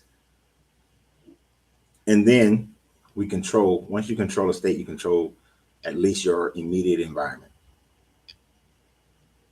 As you control more and more states, you control a larger portion of your environment. Then you establish your own trade with other nations of similar people. And then at some point, you say, hey, we want to legally and constitutionally walk away from this whole entity that y'all got going on. Because America won't last forever. America is going to get broken up or changed into something different at some point in history. We don't know when that point in history is going to occur, but it's going to happen.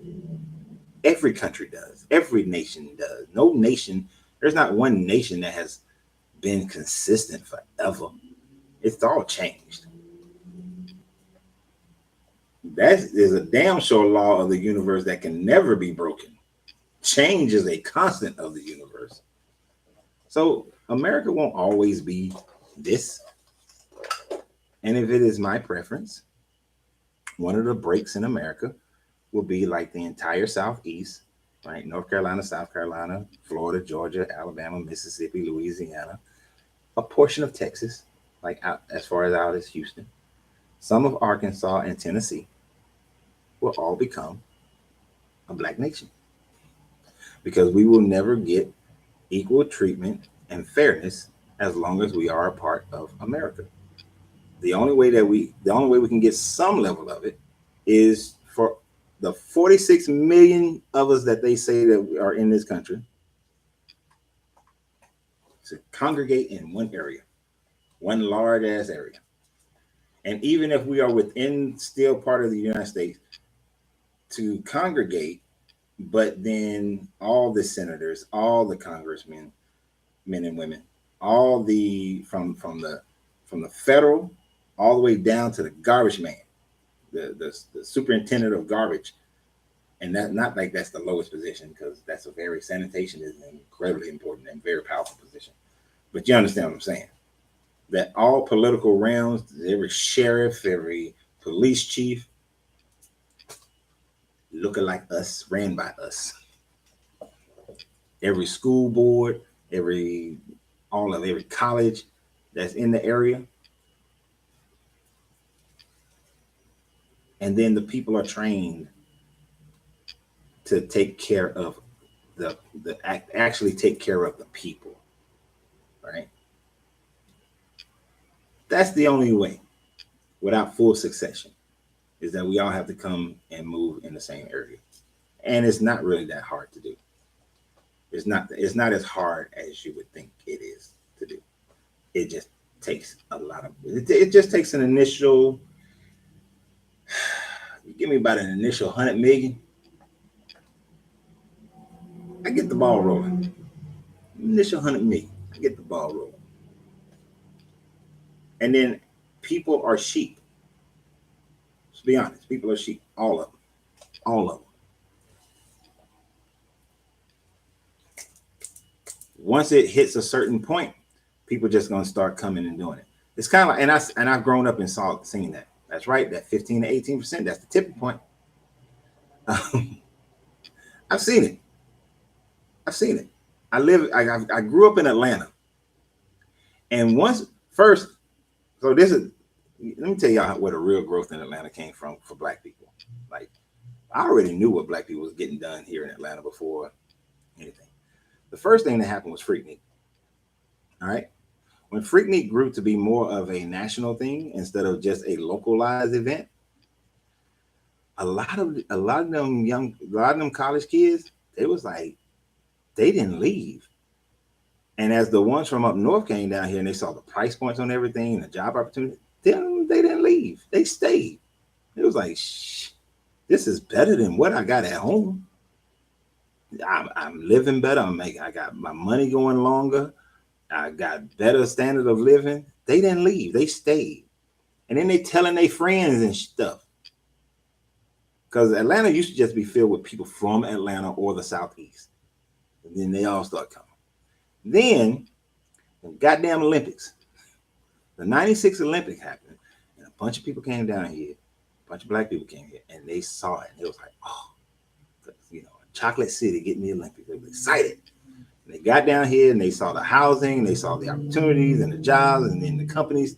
And then the companies start seeing all this young, college-educated talent coming down here. And people start opening businesses because so many people are coming. And you need more restaurants. And you need more, of everything. And people just start coming down here. And now it's like people, by the time I got out of the Marine Corps and I moved back to Atlanta around 2003, 99, and I left and I came back again. But in 99, I was meeting people who was just, man, all Black people moving to Atlanta. So I just packed up and I just moved to Atlanta. I ain't got my Mercedes yet. I don't know what's going on. I was like, dude, Atlanta don't work that way. You don't just show up, I'm Black, give me a Mercedes. It doesn't work that way. But I started seeing people who just moved here. So I say all that to say that people are sheep. They're sheep. And with the ability for people to work from anywhere, to do the plan that I have, you can give me 100 million. I probably don't need 100 million to get started, but it'd be a nice number to get started. It'd be a safer number to get it started. There will be people who are just going to show up. And then as it grows, and as soon as it's proved to be viable, more and more people are going to show up. And then that will just continue to grow and grow and grow. And the next thing you know, you shifted the paradigm as to who controls a city, a county, a town, a small city, a medium city, a county.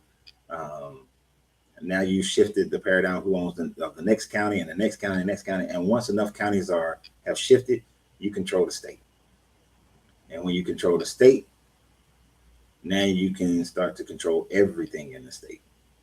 Because once you are the governor, you're the governor in every other office in that state level, and then you are every office in the federal level. You can run this state how you want to run it, which is just going to attract more people. They'll try and stop it. Of course they will. Why wouldn't they? This is why you have the right lawyers. Use their laws against them. And we exist. Here's the thing about it. The reason why you can use their laws against them is because we live in a socially connected world, right?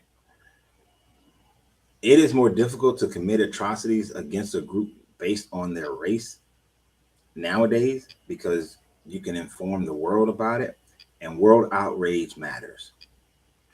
Like America thinks it's so big and bad trying to put sanctions on Uganda and Ghana for their anti-LGBTQ laws that they just enacted. But back in the day, They would have done that, and nobody wouldn't have said much. More people would have been on America's side. But instead, because we have access to information, what are people saying? They're saying, well, why are you doing that to Uganda and Ghana when their laws are more lenient than Saudi Arabia? And you ain't saying shit to Saudi Arabia. What's the difference here? Right. So that's being brought to bear. So world opinion, public thought is like, you can't get away with that bullshit because we know more now. We know where those laws. When I was growing up, I had no idea that in Saudi Arabia they would kill you if you were found to be LGBTQ, AI, whatever it is now, because they keep changing it. I had no idea. But now you can find these things out. So America now looks like a bully towards the black people, or is black people looking at it, you're being a bully towards black people. Other people of color countries are saying the same thing. Even some of the European countries are like, you're being a bully to a country that you know yet you can bully because they have less of a military power and less of an economic power. They have they have a less economic power and less military power. I should repeat that because it looked like YouTube messed up for a second. But you won't say nothing to Saudi Arabia because although they're not a military power, they're economic power. You see what I'm saying? Will I do tours? Tours of what?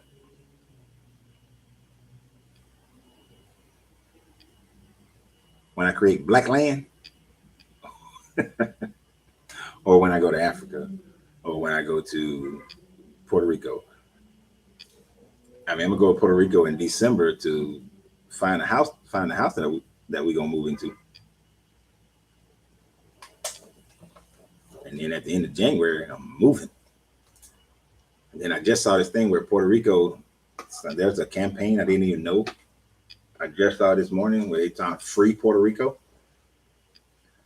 I think Puerto Ricans want to be away from, not be a part of America anymore because America treated like shit.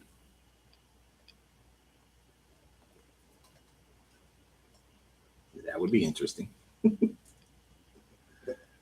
I think if Puerto Rico should be, if they're not gonna make Puerto Rico a state, then Puerto Rico should be its own country. Shouldn't be a U.S. territory.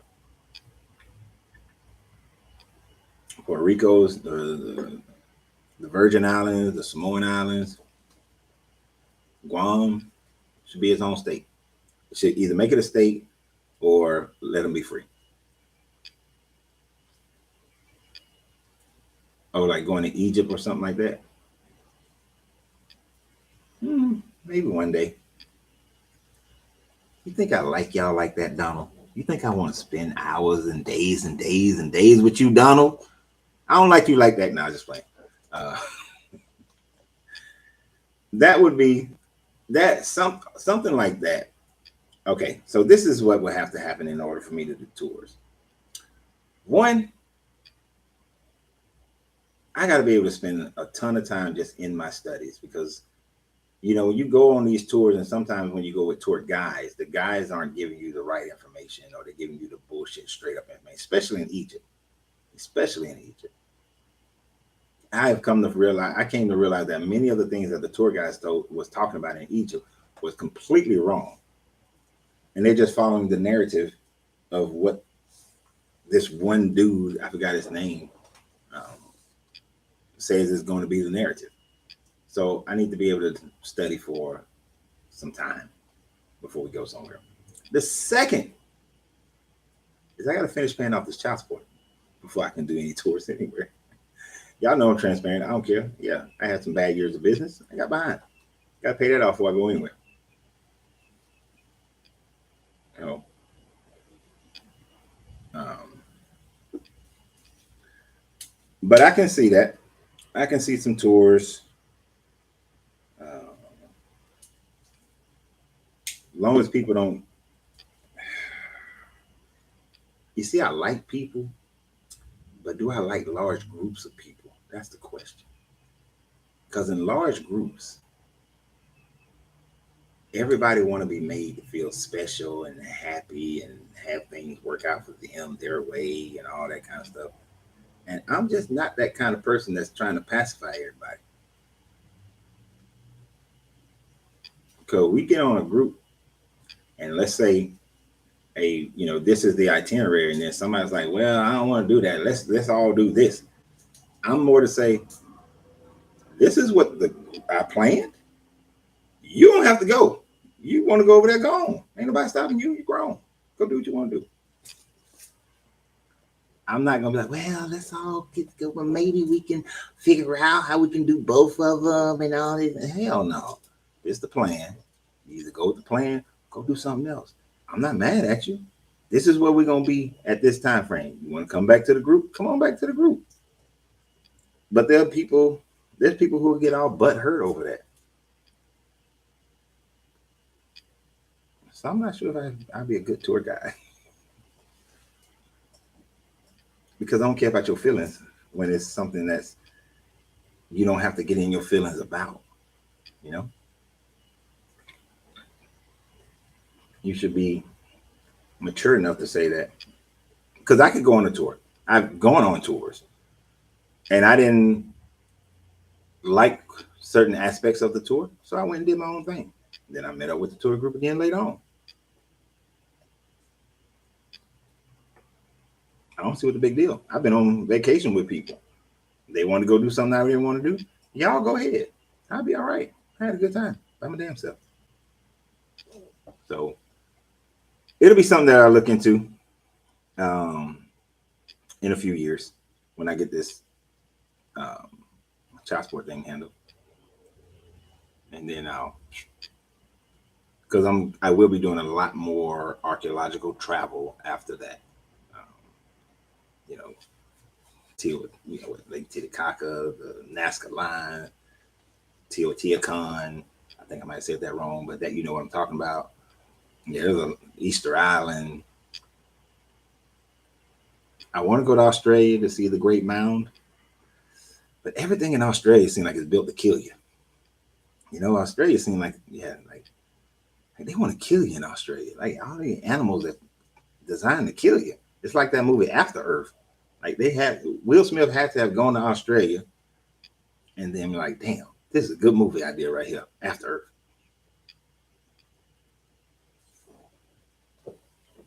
And I will do stupid stuff. Like I don't know what the update is. I just found out yesterday about those people in the submarine. But my happy ass would have been one of those. If I could have afforded it and I knew it was going, my happiness would have been right on down there with them. What? You gonna do what? Get in the submarine to go where? Shh, let go. You know, I actually applied for the whole Mars thing before they canceled it. That one-way trip to Mars. I sure did. My kids didn't like the fact that I applied for it, but they'll be all right. They grown. So, anything else? Anything about the law of polarity or anything about anything? Anything about anything? Mississippi Mud on YouTube said, he said, I think the Kraken got him. I know it's not supposed to be funny. That's insensitive, Mississippi Mud. That's so insensitive. But it's funny at the same time. That joker said the Kraken got him. I don't know. That's just a messed up situation, though. How? Okay, the sub is not on a tether, which would have been one of my first issues. It has limited power, which I understand it will have limited power, but where's a drone sub following it so that there's more connectivity? Um, you know what I'm saying? It seems like there's certain safety precautions that they didn't think about. And I know I'm Monday morning quarterbacking it, but goddamn, you think there would have been more safety precautions? Like if there is a power loss, then there on the sides of that damn thing, some inflatables, like pop open and it rises back up to the surface or something. Something. Yeah, they knew the risk. And you're right, they knew the risk. I've done some things that some people would call stupid or dangerous, and I knew the risk. And I was willing to accept that too. Well, I bet you the insurance company are having a fit. The insurance company for the company, the insurance company for each one of those individuals, because these were high earning people. Because I was told that it was like $250,000 to go and do this thing. That's I'm going to pay $250,000 for a what was supposed to be a 4 or 5 hour adventure, which it's an adventure of a lifetime. I mean, how many people are going to be? How many people can say, "Yes, I got in a submarine and went down to see the wreckage of the Titanic"? Not a lot of people can say that. Yeah. So these are rich people, But to be able to say you've done that, that's something. Like I would literally pay the what is it like $2 million to go stay on the space station for like a week or so. Yeah, I literally go do that and straight up be happy. And I know y'all say, man, that $2 million could have been. You know how many people you could have helped with that $2 million? Sure, yeah, I do. But I want to live my life too. So you give a little, you take a little. Simple as that. You know, if that's the case, you know, I had somebody who was saying that to me, and I asked him, I said, "So do you make six figures?" And they was like, "Yeah." I said, "Well, do you know that you could split your income, live off half of your income, and give the other half to another family? Why won't you do that?" Well, it's possible for you to do it. So why aren't you doing it? If you so high and mighty, you so focused on the rich people, why are you not taking half your income and taking care of another family? You know. Now I did that. I did that for 6 months. I was an enabler to that joker not working and not really going out there and trying to get work, or he's supposed to be changing careers at that time and being lazy about it. That's why I had to cut him off, because I was like, hold on, partner. It's been 6 months and you ain't got one certification yet. I know when I did this, in 6 months, I was fully certified. All what I had in 6 months, I had. Okay, I know that one is six. I got that one and that one. I had 8 certifications, nine certifications in 6 months. I was like, no. You at least could have like 4. The first 4 that can get you work. But so I had to cut them off. But anyway, so you got these people who will say that. But I would take $2 million and go to the space station. And then I'll be doing it live. It's Coach Renz. What's up, everybody? Coach Renz sitting up here at the whatever the space station is called, at the International Space Station. For all my flat earthers, I'm looking out the window. Every day motherfucker around. I'm not gonna have a flat earth debate. I was just playing. But yeah, I would. But at the same time, if I had that kind of money, then I would initially have already bought the land that I want to build that first community in. I would have established um, businesses in certain African countries that are setting things up so that, like, one of the biggest things of why we don't move to Africa, other than the propaganda that they've told us about, is that many of us who are willing to move you're not entrepreneurs, right? And you actually need to have a job. So just like the Chinese Immigration Act, the Anti-Chinese Immigration Act in, what was that, like 18 something, no, 1780 or something like that. I think it was like 1780. But whenever that Immigration Act was, the way that the Chinese people use that against America to bring their people over is the way that we should be functioning as far as helping to develop African nations that are growing and are going to be the new wealth centers of the world in the next 50 years, which is to go over there, start a business, hire, you want to hire some locals because you want to participate in their economy and be fair. You want to participate with them, but you also want to hire people from America and bring them, you know, and some of them, they have to be willing. You there's a guy who comes in here. His family opened up basically an American store in the Gambia, and the mother is there and the sister is there, and they're looking at bringing other family members to work in the store. They're not family members not getting paid like six figures and nothing like that, but bringing some of those that's how they're getting their family members involved over there. That's how some of us have to go over there to do that with the intent of bringing others over, right? And then finding other industries to get involved in and to grow into bigger industries over there so that you can compete with the Chinese. Not that I'm mad at the Chinese, but I'd rather the Chinese than to deal with the Europeans over there, right? Because all the Chinese care about is making money. The Europeans and Americans care about subjugating. Chinese just in money. We don't give a shit about subjugation, just money, right? But you don't want to give them too many inroads into the money.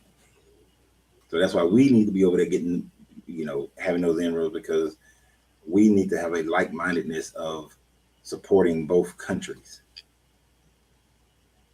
Because some people in America aren't built to be here in America. They need to be over there. But the way the Anti-Chinese Immigration Act works, that's how we should be functioning in order to bring people back and forth over there, creating a more established connection between the two while we are buying land here, building communities and taking over counties, in America. Because one day it's going to break apart and we need to be unified, and we ain't got to be unified now, and we ain't ever going to be unified. You think all Southerners didn't want to separate from the North? Once it happened, once the few decided that they were going to separate, the rest of them didn't have a choice. Just like they didn't have a choice to separate from England. You have a choice. So I'm not trying to give all the black people choices. I'm just going to make it what it is, and they just going to follow suit. It'll work out to your benefit later on, and then you'll realize, and then later on you'll be like, yeah, I was all for it. No, you weren't. You became all for it when you saw it was safe, But that's how the human mind works. That's how people's mentality works, I should say. The majority of the sheep. So you just got to have the right type of leadership to move the sheep. So, but within the next 5 years, start buying some land here. It's going to be in Georgia when I first start.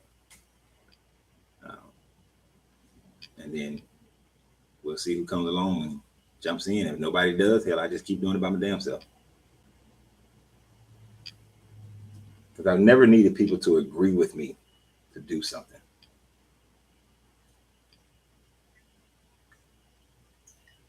This is coffee, by the way.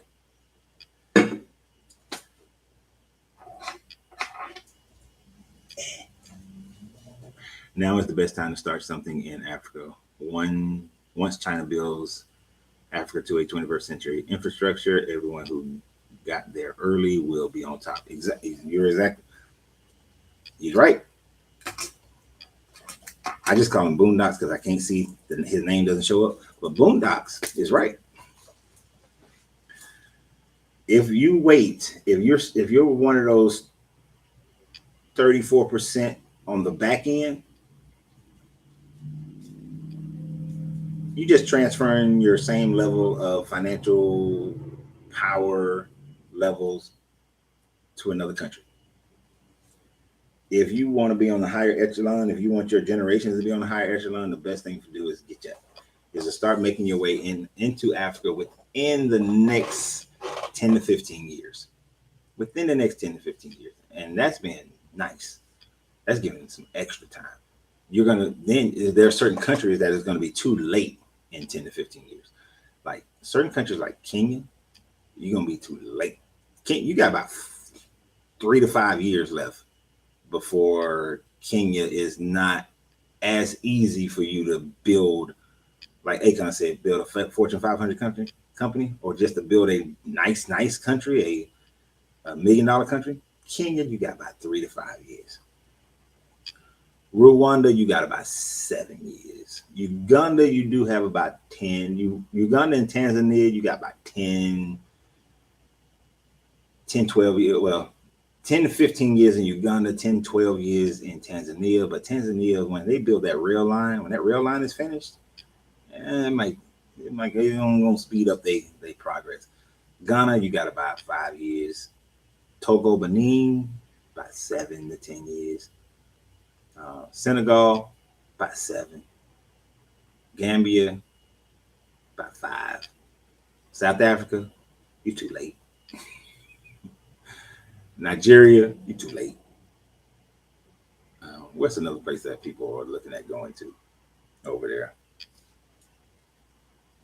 And this is if you want to build a business. Botswana, you got about 5 years, 7 years in Botswana. Zimbabwe and Zambia, both of them, you got about 7 or 8 years. Lesotho, you got about 5 years.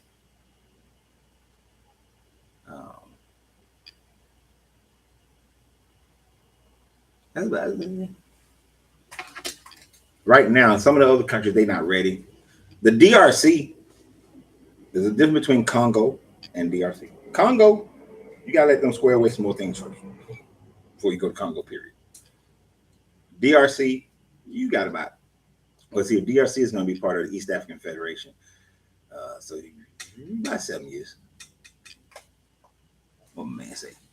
What business do you recommend in Africa? It depends on which country.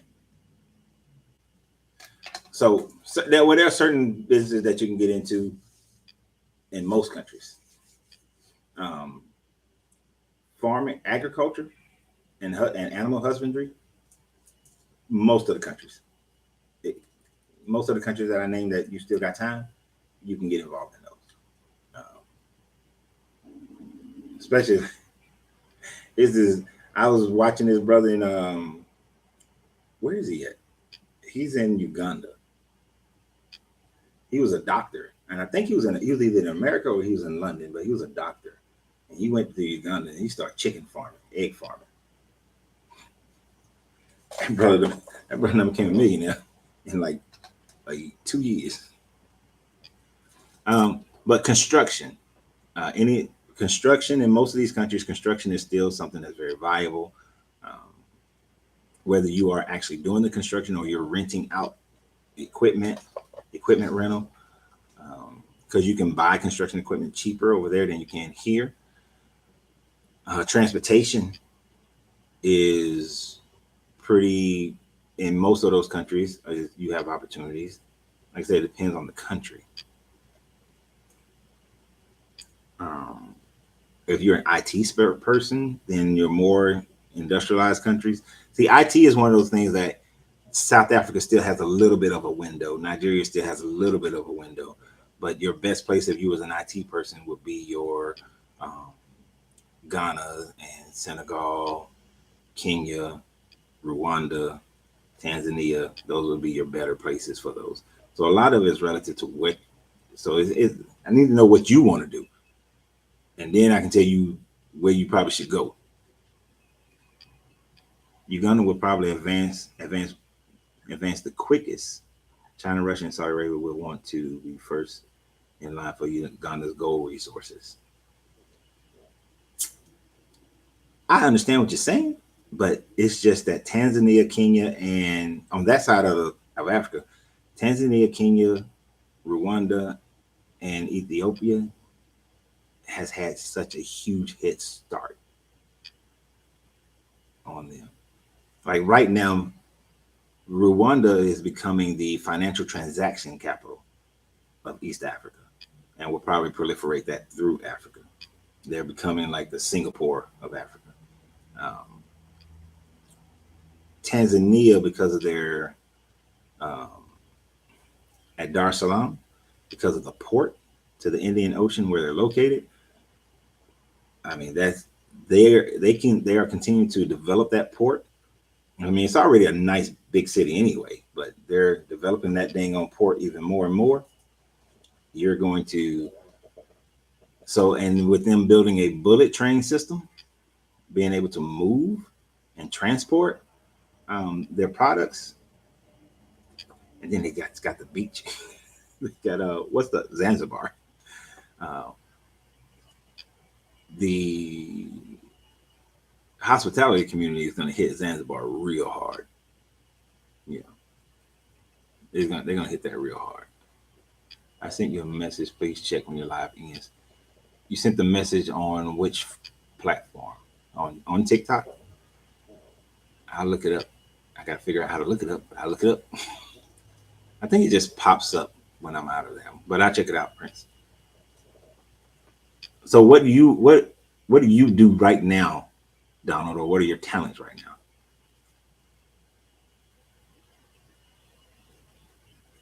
I did see one. I saw a headline about Uganda finding a new girl, finding some more gold.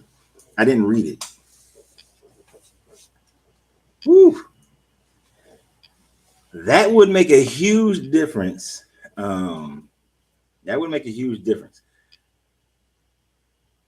I would be interested in seeing what policies they're going to put behind it. Who's involved in it? Because if this is just me, I would do like the president of Ghana did, but I would do it at a larger scale.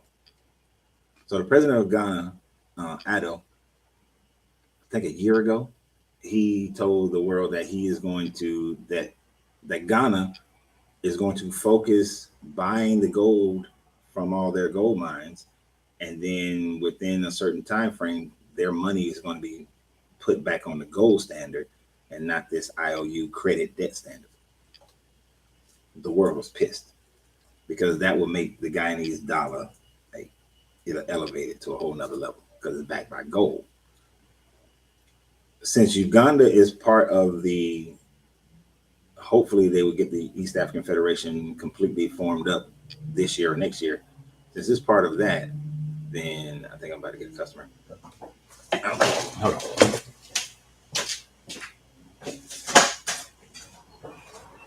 I forgot to unlock the restroom. It's on for my customer.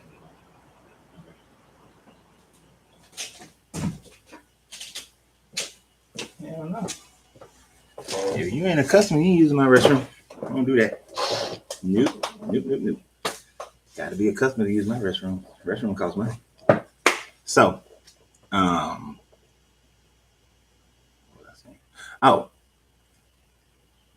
so this is what I would do. If I'm President Kagame, who's the president of Rwanda, but he's spearheading the East African Federation, and we got 13 trillion coming out of Uganda.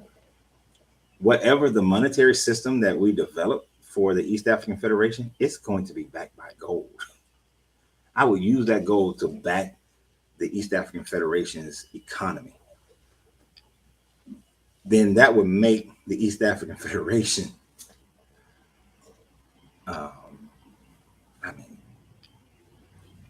that was put them in such an economic power, to have it backed by gold. So I'm gonna research that. That's what I would do. Now, I don't know as much about world economics as I'm not an expert at it. So I'm pretty sure there's some other aspects of it that I don't know. But that's my initial thought. I'm in health and wellness business, thinking about transportation, like trips for travel, Airbnb, real estate. I mean, buying real estate, that's fine. That's good. I think you're thinking a little too low level though, bro. What you do in health and wellness?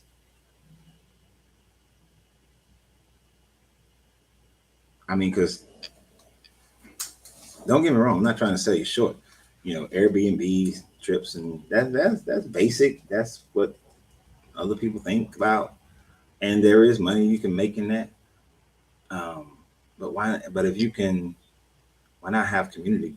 Why don't you build houses and sell them? Have them sold there. Build a house, have it sold there. Build a house, have it sold there. People are moving. But yes, there are people traveling there, but people are moving there.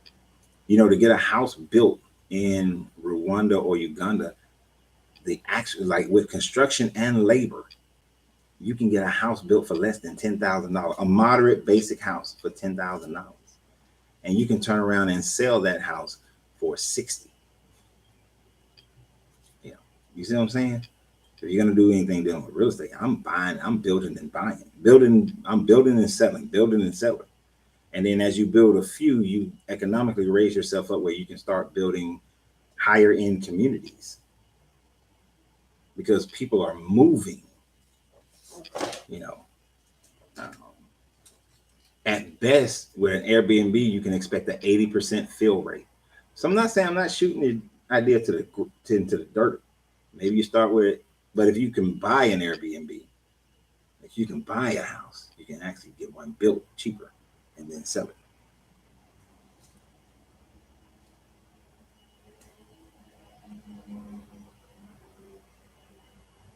Oh, I'm not a financial advisor as far as buying currency. I don't know. I don't even know.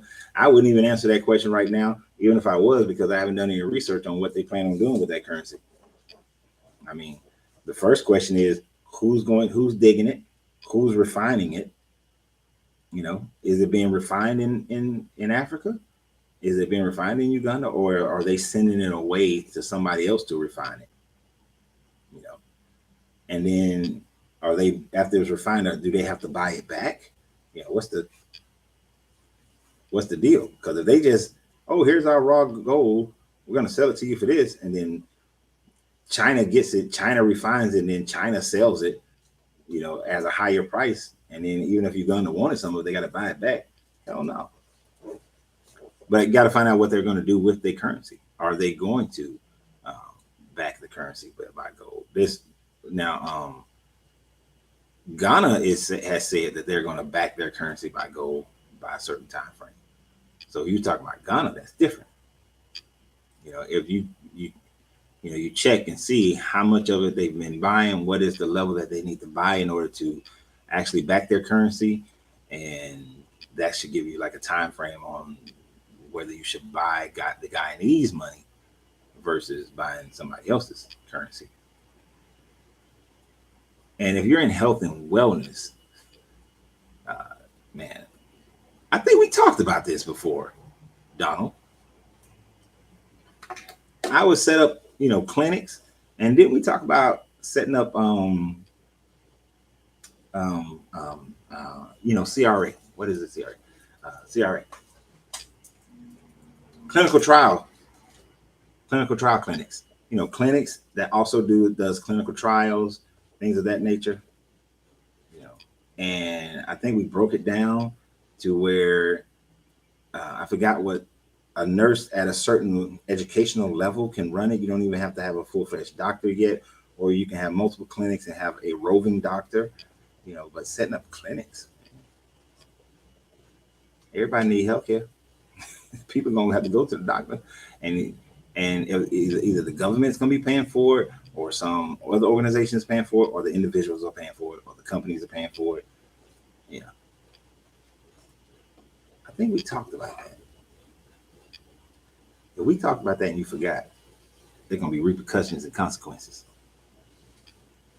But there are so many actually, and this, it's funny. That's what I set up a whole nother page for. There's a whole nother page called in and out to legacy business.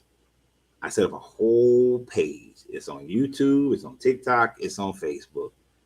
In and out to legacy business. Um, go join that page, because we're going to be talking about some small things you can do to build up, get in a business, know when to get out of a business. And we're going to go through different business ideas and the best ways to make it happen. It would be smart to buy gold bullion just in general. Yeah, now buying gold bullion as for long term is good. What about holistic clinics? Depends on what country. Depends on what country. Um,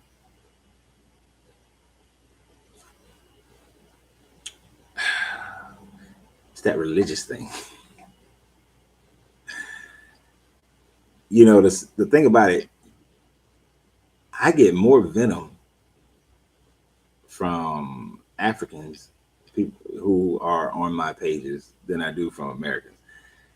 They have many of them have bought into the traditional religion stronger than Americans are now. Americans have walked away in larger numbers than people in Africa, although there are quite a few. But we talking about making money here. A holistic clinic is fine, but if we talking about just making money, then no, it'd be a regular clinic because governments.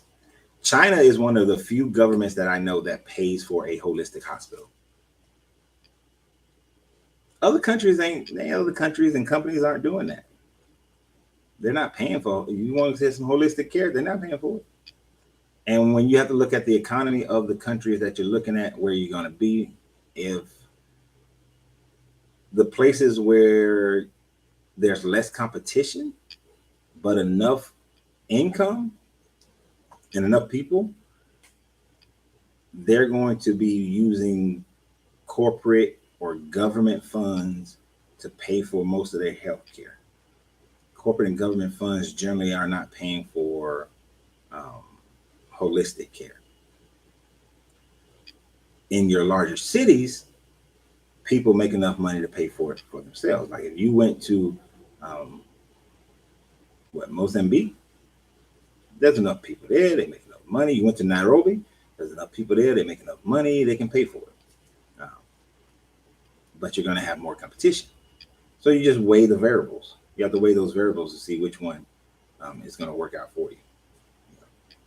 But if I was just doing a pure money, I'm doing a regular clinic. But I'm definitely doing clinical trials. You know how much money companies have to pay for a clinical trial to be done? There's a young lady I know right now. She's trying to raise money to do clinical trials. She has to raise $10 million in order to do her clinical trials. And this is for one thing. It's not a drug that she's doing. It's the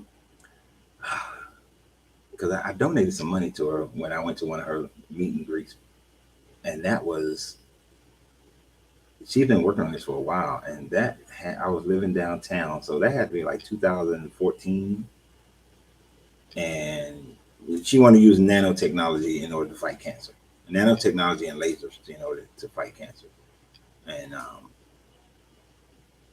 was like 2014. And I think that she had already been trying to raise money for a couple of years even before that, and she still ain't got that yet. She's getting better, but she still ain't got there yet. It takes a lot of money to do clinical trials. Just saying. You can be a clinical trial site. Get some money, some good money, and then you do your regular clinics, make your money, and then go do your holistic clinics. Right?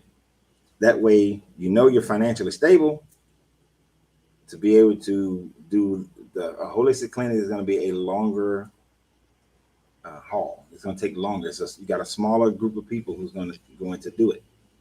And, a lot of people go to their own, they go to people they know for that.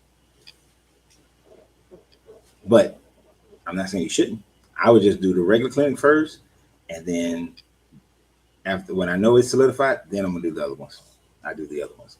It's too often we want to do something we're passionate about instead of doing something that we know we can build a good foundation and make some money, and then you go do what you're passionate about.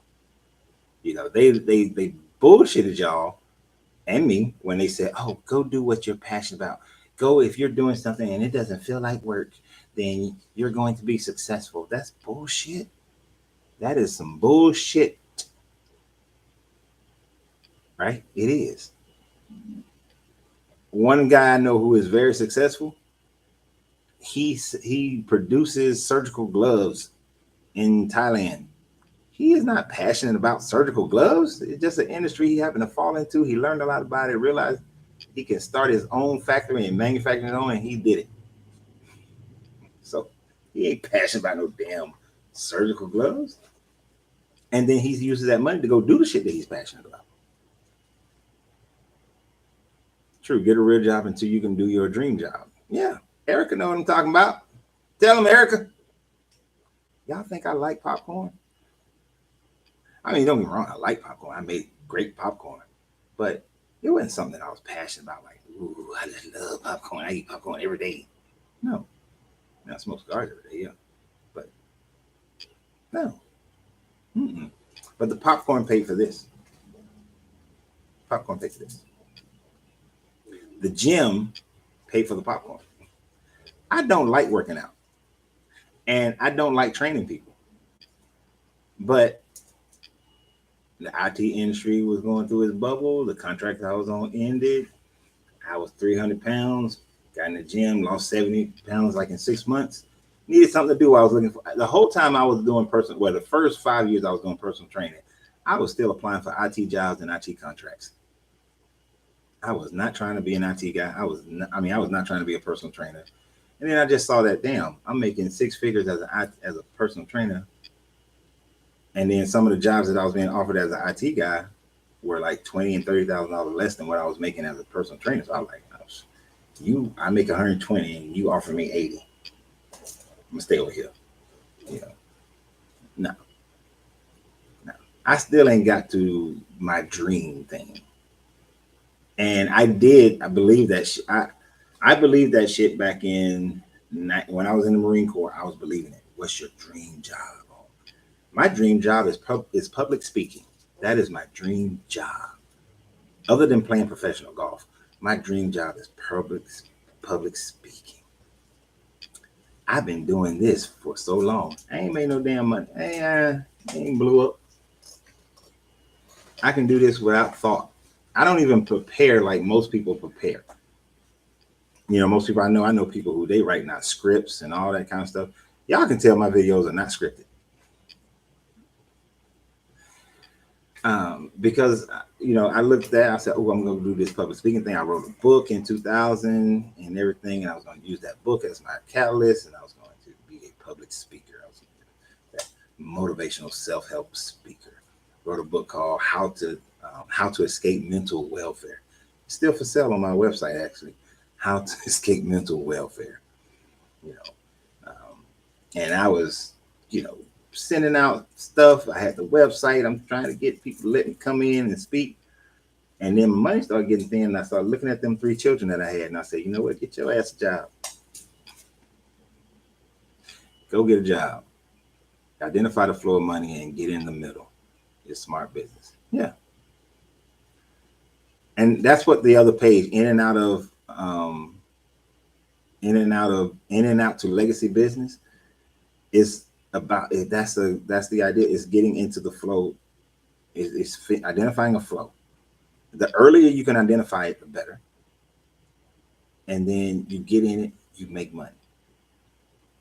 But you got to know when the flow is about to end, whether it's going to ebb away or it's about to go over a waterfall. You got to keep your eyes open for it, and you got to be looking for the next flow.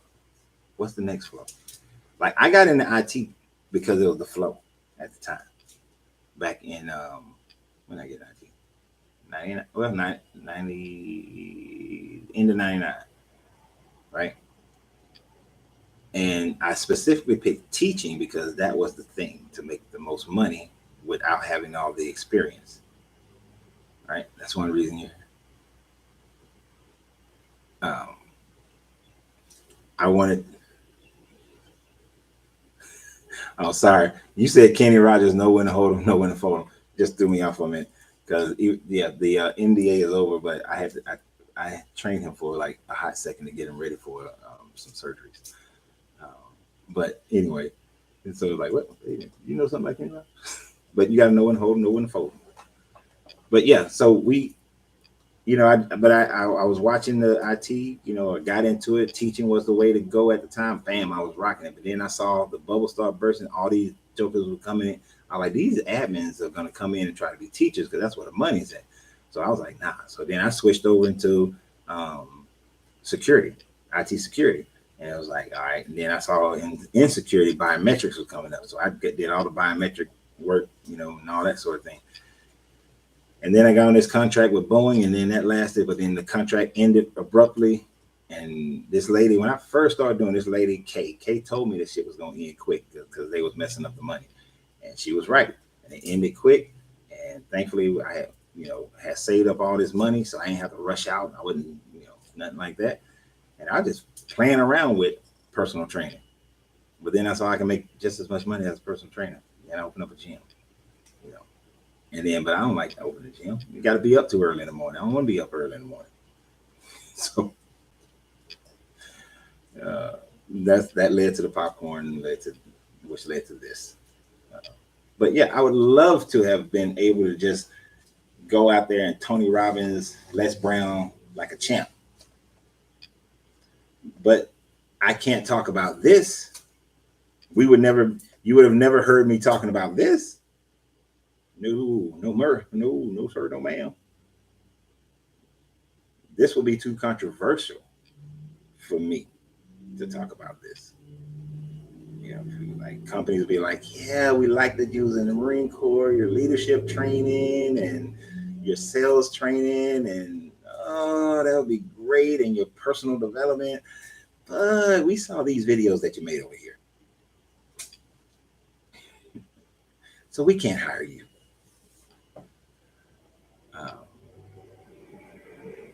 So I do what makes money. And I do try to find things that I enjoy, at least. Like I enjoy cigars. I enjoy sitting here having conversations. But you got to find shit. I have to cut all of this and put this on my other channel. Some good info, or just redo it. But yeah. So y'all go like the channel. Also, there's another channel I want you guys to go like, which is Really Did You Know? Really Did You Know? It's you'll see a little black girl with it's a cartoon black girl with Mickey Mouse puffs. That was a fun channel. It's just about different colloquialism, things that we do that we don't know the root of it. So it's just good fun information to have. So I want y'all to go like that on all the channels. Really Did You Know? So a cartoon black girl with puffs in her head is the avatar for it. People fail when they become too attached to one idea or business. You have to let that go and do it multiple things. You got that? Yep. If you can't, I've seen people just lose everything because they so caught up into this my passion, and they let it, and it drives them into being broke. So you got to know when to let things go, and you got to know when you're late. You got to know when you're late. I had a young lady about a year ago. Oh, I want to get into selling hair and eyelashes. Yeah, your ass is late. You're late. You should have been doing that 5 years ago. You're late. Yeah, it's too crowded, And they want to open up a whole, get on it. No, you're late.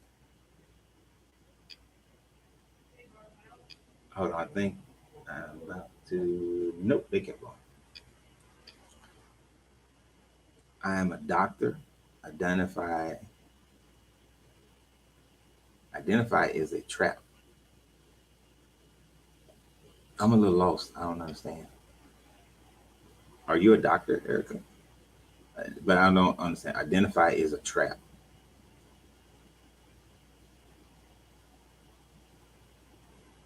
I don't know what you're talking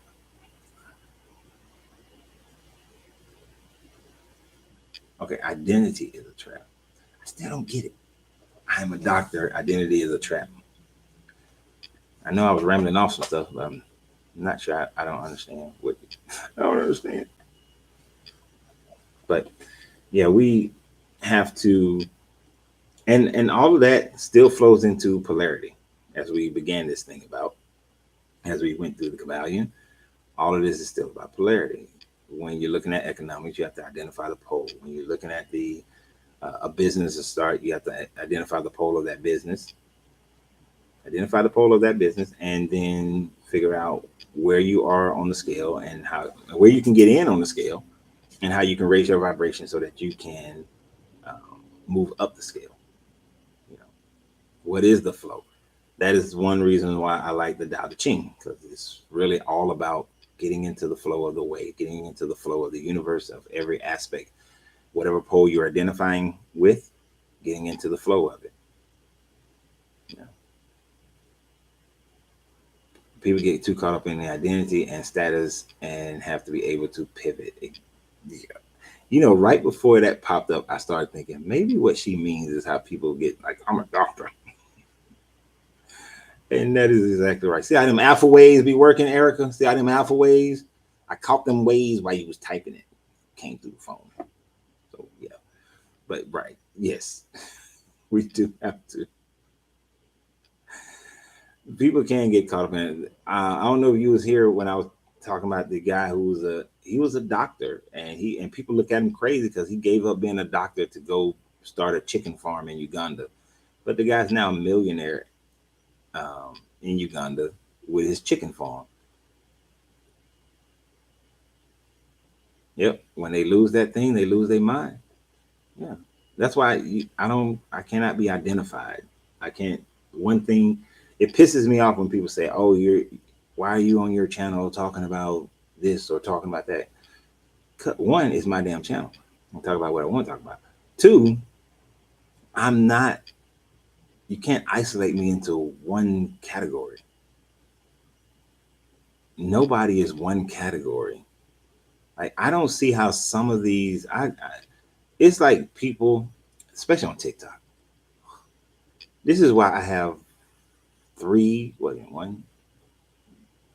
four channels on TikTok and four channels on. And I have multiple channels on each one of these things because these people get on there and they talk about the same goddamn thing over and over again, the same damn conversation every god dang on day. It would get on my nerves. It would drive me insane if I had to talk about the same shit every day. Mm-mm.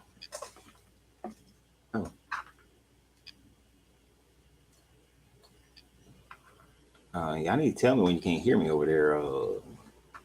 YouTube, TikTok, microphone went out.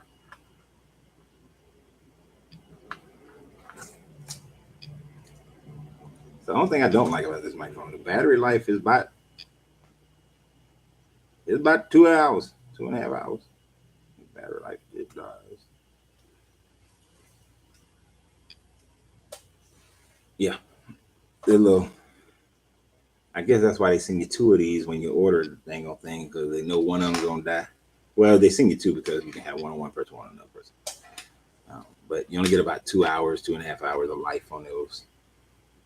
Um, but yeah, it's been about 2.5 hours. It's 1 o'clock, which means that it's lunchtime. It means that it's time for me to get off here because y'all know I gotta call these people. I gotta order some cigars. I gotta get some things done. Gotta do some work. So tomorrow, like I said, tomorrow is Friday. I know I gotta go do some pre-blood work before my exams, my annual little physical exam next week. So I know I gotta run out there. I should get back here in enough time. I should be back here by 10 tomorrow. I should be. Can't guarantee it because this is Atlanta traffic. And you know what? I'm not even gonna lie to y'all. I'm not gonna get back here till about 10:30, 11 o'clock. Because one thing that we not gonna do is leave my house at say like 8 o'clock and ride in that traffic. I ain't leave my house at least by 8:30. Because then the traffic for me to because I'm going opposite of traffic, but I don't want to come back in traffic. So yeah, it's gonna be closer to 10:30 before we get started tomorrow. Tomorrow we're just gonna have I don't know what the subject matter is gonna be. We're gonna have an open conversation about something. Don't know what, but I got a couple of things that I'm brewing up on. So I'll look at those and we'll have a conversation about that. probably something spiritual or something, deconstruction wise, tomorrow. But I look forward to it, and I see you guys tomorrow around 10:30. This clinic I go to, I picked that one because it's never really populated. Like there's no way I would go to the VA downtown Atlanta if I can help it. I mean, in the city, you go there just for some blood work, your ass be there like 4 hours. So, see you guys tomorrow. And yeah, y'all always trying to type something when I'm trying to get off. When I'm trying to close the doors of the church, open the doors of the church, or whatever they call it, benediction. Off topic, but they're saying they found debris in the bottom of the ocean concerning the loss of. Yeah, because I think they only had like a few hours left. They had like 4 or 5 hours left at some point yesterday, or they were saying that they run out of air at some point. But debris, that's not good. I mean, something broke, something hit something. But they were living life to the fullest, though. I give them that credit. If they've perished, they did it in a hell of a way. So, all right, y'all. Hasta mañana. But always remember, you got to free yourself. I'm going to learn how to say this in Spanish. You have to free yourself to be yourself because your greatness is non-negotiable. Good journey, good vibration. I'm going to learn that in Spanish since I'm moving to Puerto Rico. See y'all tomorrow. Please subscribe and share everything. Subscribe and share.